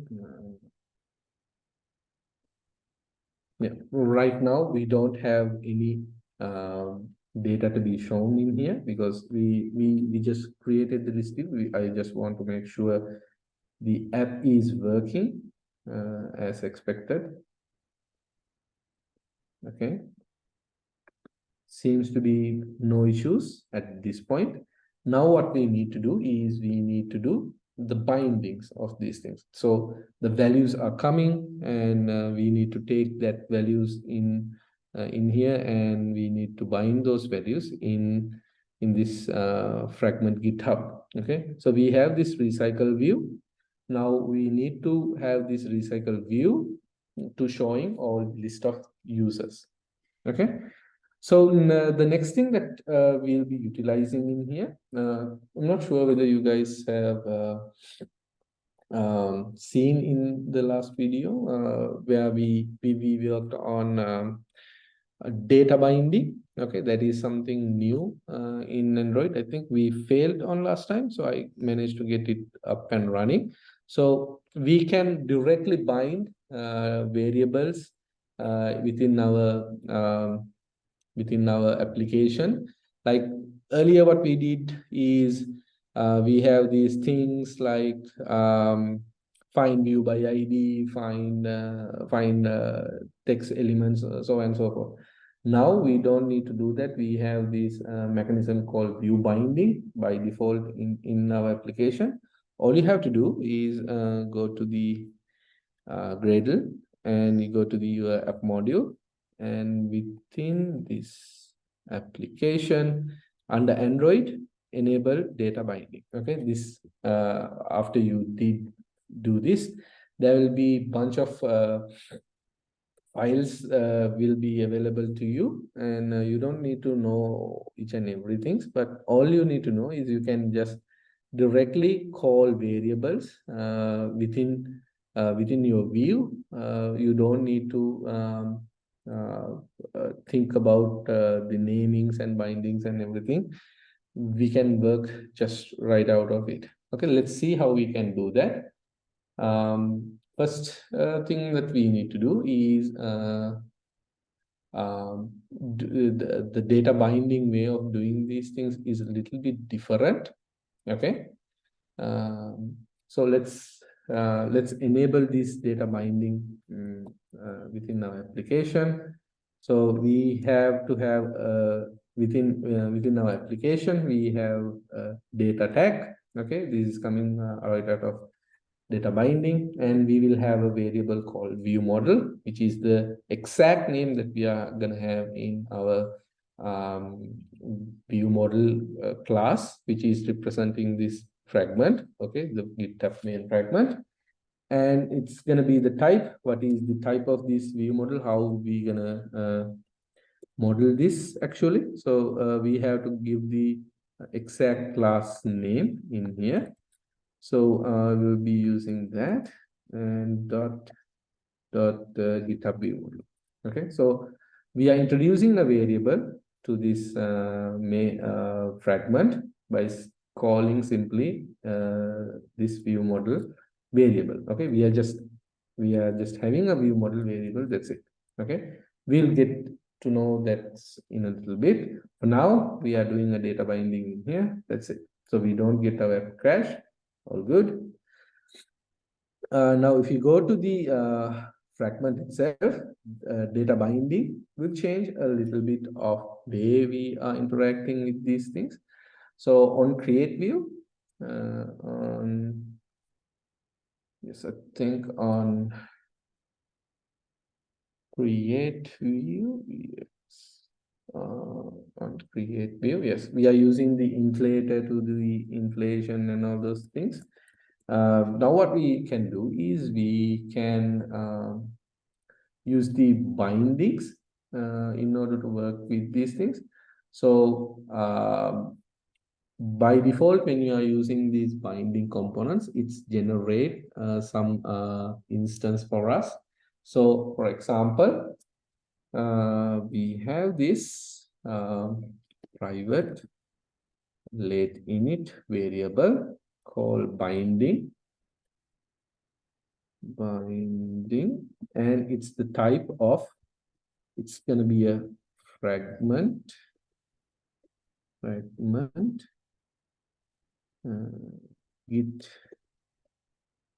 GitHub binding. Okay, so this fragment GitHub binding is automatically generated for us, so we don't have to do the bindings on our own. The binding itself is created here. So you guys can see when I click on it, it automatically go to the data binding itself. Okay, so if you click on the GitHub fragment binding, it's automatically pointing me to the fragment itself. So it means that the binding that we're going to do is going to be a little bit different than finding view by ID and all those things. So we can do another thing where the bindings happens like this. We use the inflator earlier on, but now what we're going to be returning is return binding dot root. Root in the sense when we are binding these class binding these things, we don't normally use the inflator right now. Binding has a root in the sense the highermost element of this in this scenario in context of the fragment of GitHub, no, sorry, GitHub, it's gonna go with this layout. So the root will be returned. Okay, we'll see in action. Bindings equals data binding,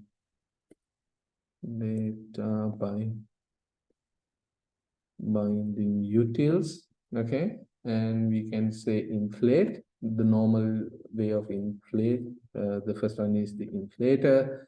Second one is the layout that we're gonna be inflating. That is the fragment GitHub. The third one is the container that we're going to be using, and whether it is attached to the parent, we can say false. Okay, the same way that we did, but now we are using the binder to do it, not the inflator like we did earlier. The application should work as the same. You can see there is no errors coming right now. Now we will be using the recycle view. So we can easily access the recycle view simply calling as a variable. So we can say, well, we have the recycle, we'll say recycler view. That is the view available in here. If you look at in here, we have the recycler view that is under these I have named this slim recycle view, but I will say users recycle view that easily we can understand. And I can say I can have the recycle view like this, binding user recycle view. So you don't have to use define view by ID or anything like that. You can just simply call that, or if you are old school enough, you can say binding under the root. You will find view by ID, and it's gonna be a recycle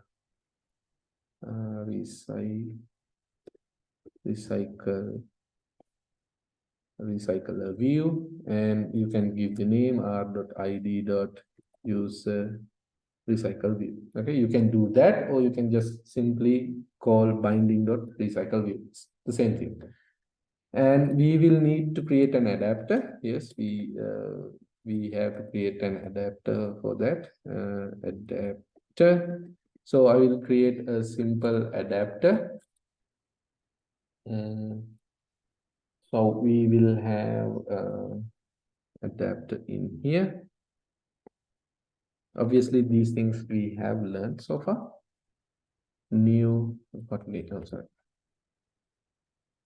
We will have the Kotlin class. I will call use list adapter. So adapter is like where we get these things in order. So it's gonna have, I will just copy paste some code, or I will just code it. Internal constructor. We'll have internal constructor. First of all, I will have the context. Context, because without the context, we can't implement such. And the lifecycle owner, who owns this? I'll have the context. I have the lifecycle owner. Oops. Lifecycle owner. Then we will have the view model. So we will have the view model inside in here. So well, view model, we can pass it. That's the beauty. view model, and let's say GitHub view model. Okay. Um, so we will create a holder, user list adapter, and we will have a inner class which will hold these things.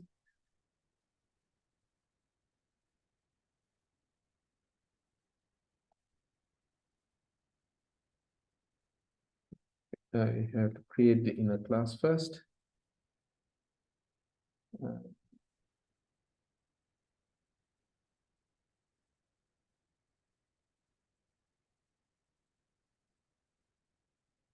Let's give me a second.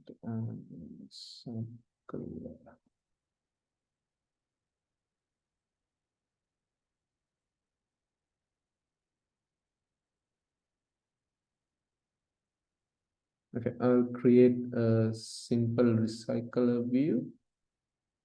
I'll call recycle view adapter.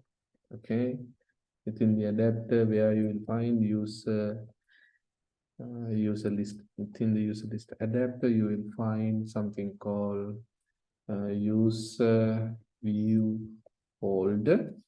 Okay, and since we have not created it, we will be creating it. I will call inner class.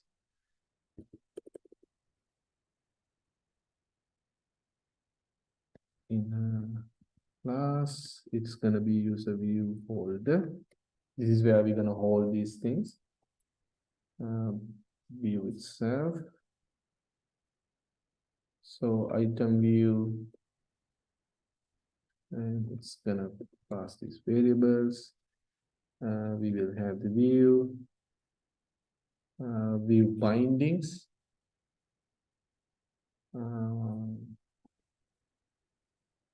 It is coming from data binding, so we don't have to use that. We have to use the model. Life cycle owner is here.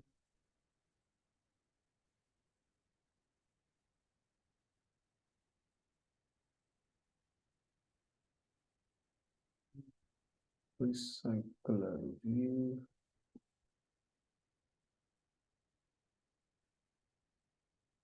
Oops, I think I am in the wrong place.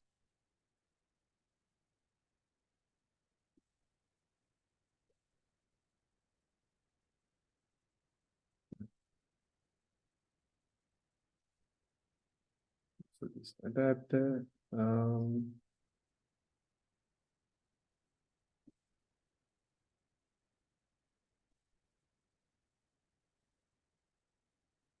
We have the view binding in here. I think that one is related to GitHub user view. GitHub.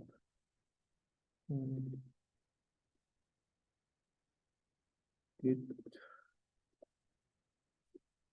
Give me a second. View binding.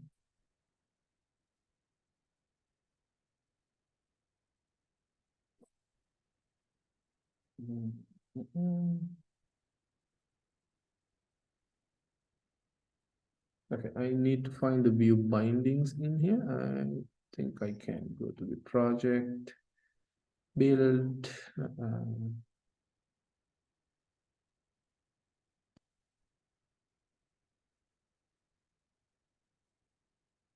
data binding. I have binding for the GitHub, but I don't have binding for the view model. So I need to create that view model. Give me a second. The adapter right now.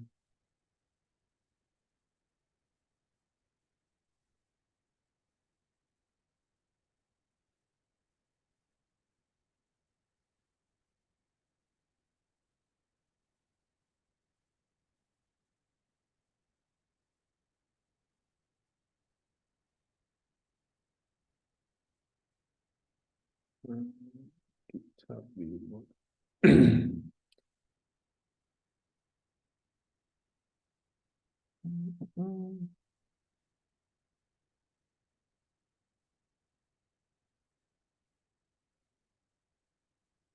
Okay, I need to create the GitHub views as a data binding as well.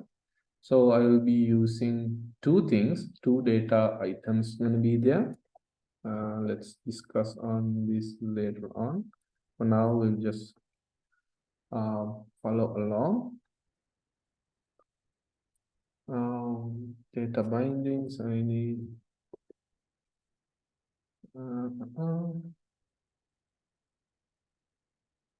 data is supported here.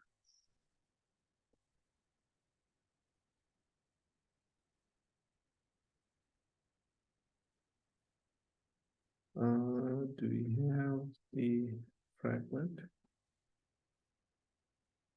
Okay, we have to put everything on layout first, otherwise binding does not work. So I forgot to mention that. Okay, first within a layout, then we can have the data binding, then we can have the Android constraints layout. Otherwise, data binding does not work. Point to remember.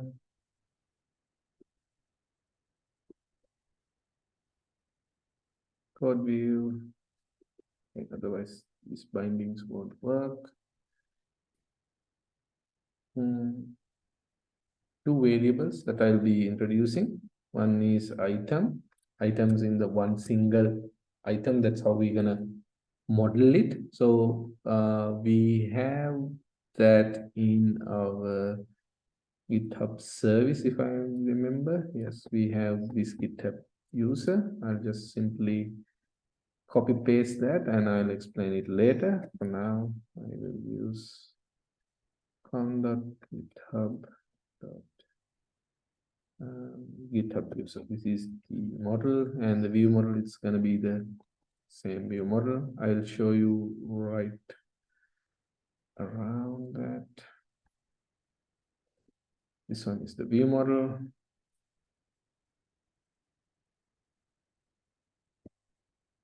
View. Okay. So within the GitHub user view, this is a representation of one single item. I have introduced a variable called item and the view model itself. And also make sure when you are using the data binding like this, it should be within a layout container. Otherwise, data binding is not working within constraint layout or something like that.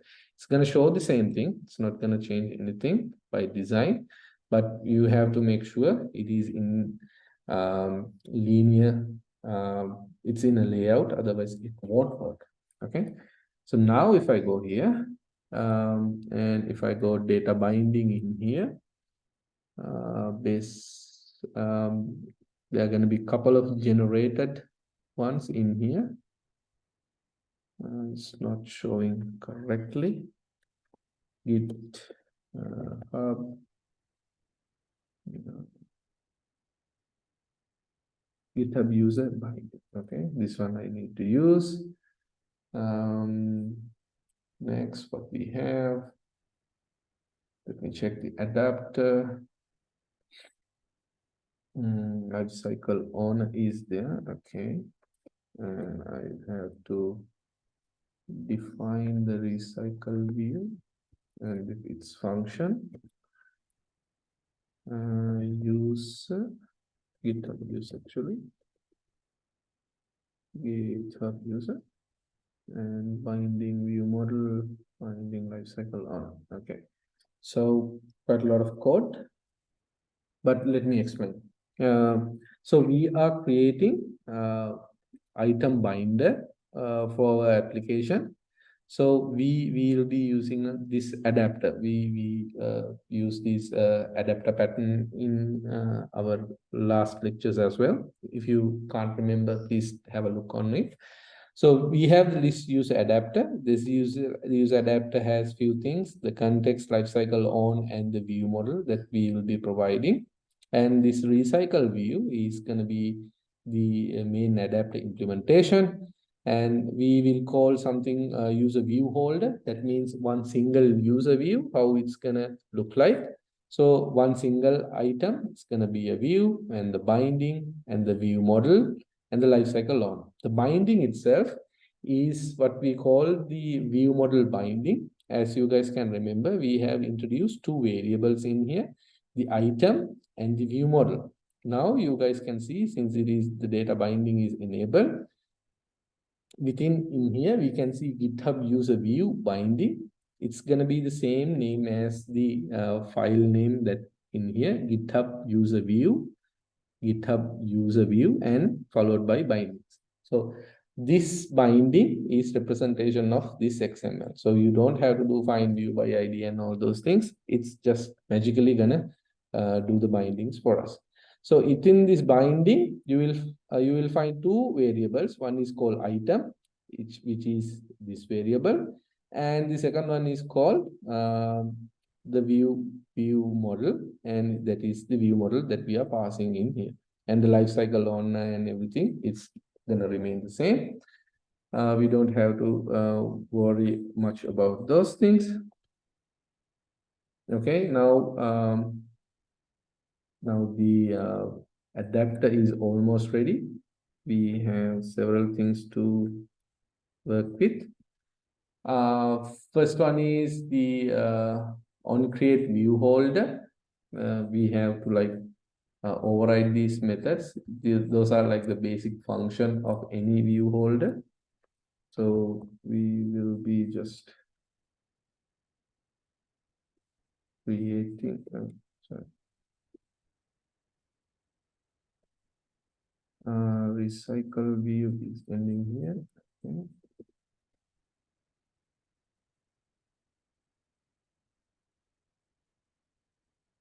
We have the view group, GitHub user holder, GitHub user holder. And just copy and paste and view binding. User view binding. Using the data binding methods, we can bind these things. We got the inflator.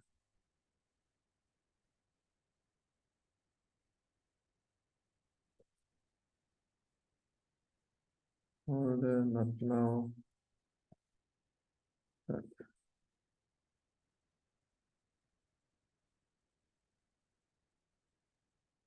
Then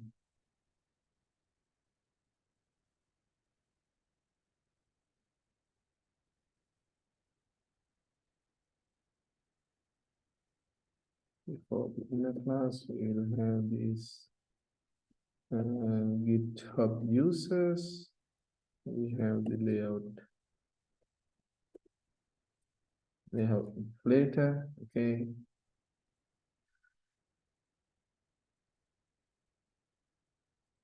GitHub user view holder.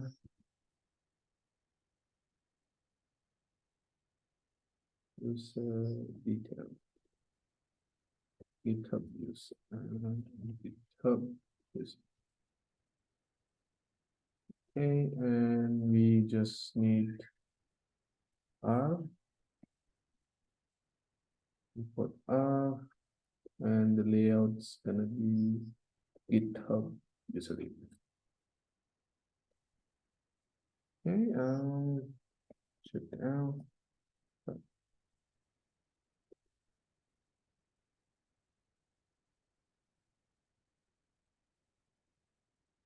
think we are done with the adapter.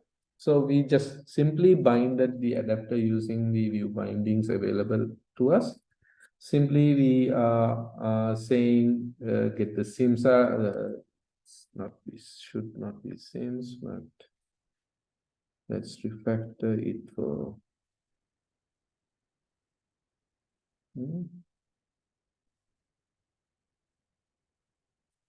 Okay, you guys can still see my screen, right? I think yes. Okay. Just let's refactor. Okay, I think I got the problem. It's not enough space for me here. refactor.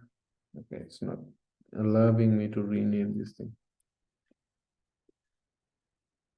Yeah, we just call it seems as it says, and yeah, it's not gonna change anything in here. Only thing that in the text view that I have here, I will have the name binding to it, so I don't have to name it um, as anything that um, uh, to show it in. Let me check the bindings are correct. Text view. Okay, so I get a GitHub user as an item. So I want the text view to have that name. So what I can do is, since there is a variable called item, all I have to do is now call this annotation, and I can say item dot it has the GitHub user, it has something called login. That's it. So now I don't have to bind the text as normal way. Now we have a variable in here, and the variable name is binded in here. Let me check whether it's working. Resource compile. Okay. Okay. I think there is something wrong with the adapter itself. GitHub user binding.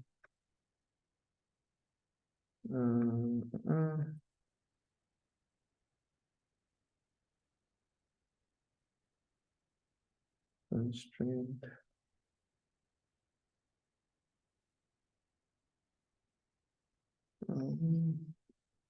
Did it okay?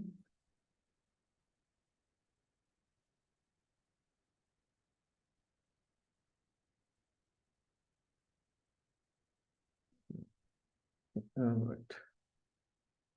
XML space is wrong. I don't need this one.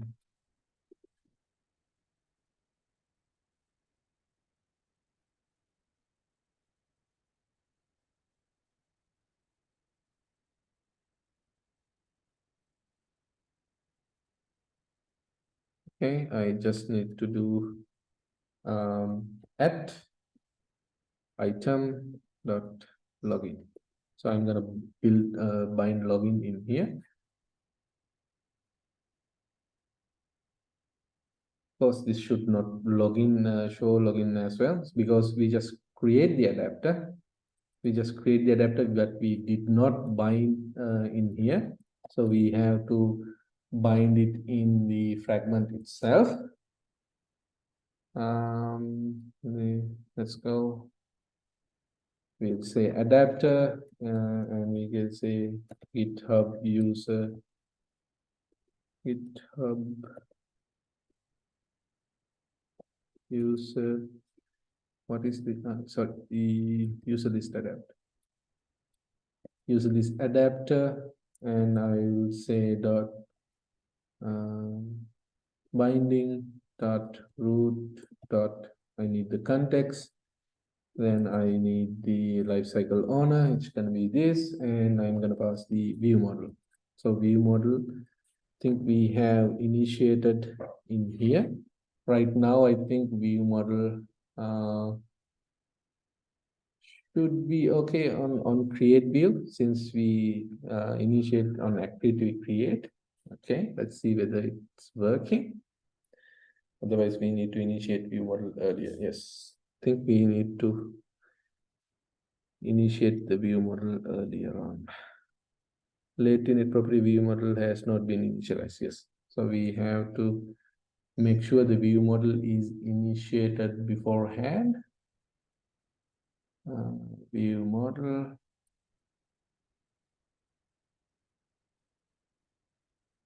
I think we can move this. Create view.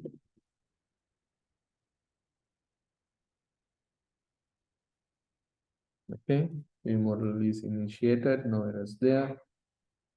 And next thing is the adapter is ready. Now we have to bind the recycle view adapter to the adapter now we created. These are all like all things. I'm just going back again. Recycle view, layout manager. I can say linear layout. Was it the linear layout manager? I can't remember. Recycle view. It is in a normal way, so we can use the linear layout manager. No issues. Who's gonna manage the recycle view? Gonna say linear layout manager. Okay, got it. And yeah, there are some other bindings that we need to do. I'll say binding dot view model, and need to be the view model that we provide. Binding dot lifecycle owner is gonna be this. These are like needed for the binders to know what are the view, what are the things that we'll be using. Okay, for now.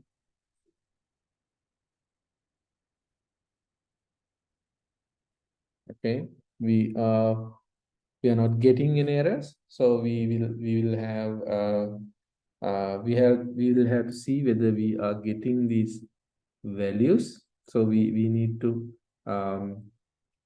get these things in right order. If you look at this, using the list adapter is based in on something called where is it?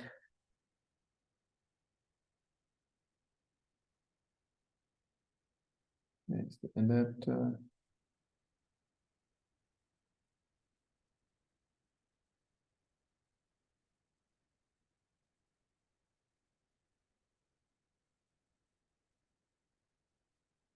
So we haven't configured the user list in here. We need to have the user list somewhere around the view model. Okay, so right now we are getting the users, but we are not putting it anywhere else. So we need to have those things initialized in here. Otherwise, it won't work. So what we'll do is we will get these user details in here. Okay, we have like a couple of minutes. We will create a mutable variable. We have this private variable called users, and we have a mutable list of mutable live data. Sorry, mutable live data. It's gonna be list of GitHub users. Yes, and there you go. And initially, what we can do is we can get the values right around here. We can call these things like we have the response and everything. We just have to say underscore users dot value equals response body get body. Okay, the values that we are getting, we are putting in, sorry, we are putting in the variable that we can see here, and we will create another variable to access these values. It's not going to be private because we need to add it, access it from here, and I will call it users, and it's gonna be the underscore users. Okay, we'll get to know why this is so different. So we have a private variable with mutable data, and we have a public variable that's accessing by the outside. So initially what we will do is we will get the response from the users, and we will assign it to this, and this is also available in users as you can see. So we need to get this set of users into the adapter itself. So we need to have the adapter knows, okay, these are the users that we will be using within the fragment. So we can say the adapter in here, the fragment in here. We will say view model users, and we will observe the lifecycle owner should be view lifecycle owner, and the observer, within the observer we can say adapter set seams. In here I have used set seams. We'll just keep it as it is, but it should be set users in a sense. Set seams, and it should be it, okay, because we are getting a list of users. It probably should work unless something did not. Okay, we have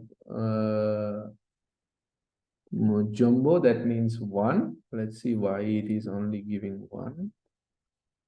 Probably did we set only 1 user? No, it should be a body. Oh, okay. You can see these guys are like way down. Probably the view model that we are having. The text view is web content. We don't need to hate for the mesh parent. It should say web content.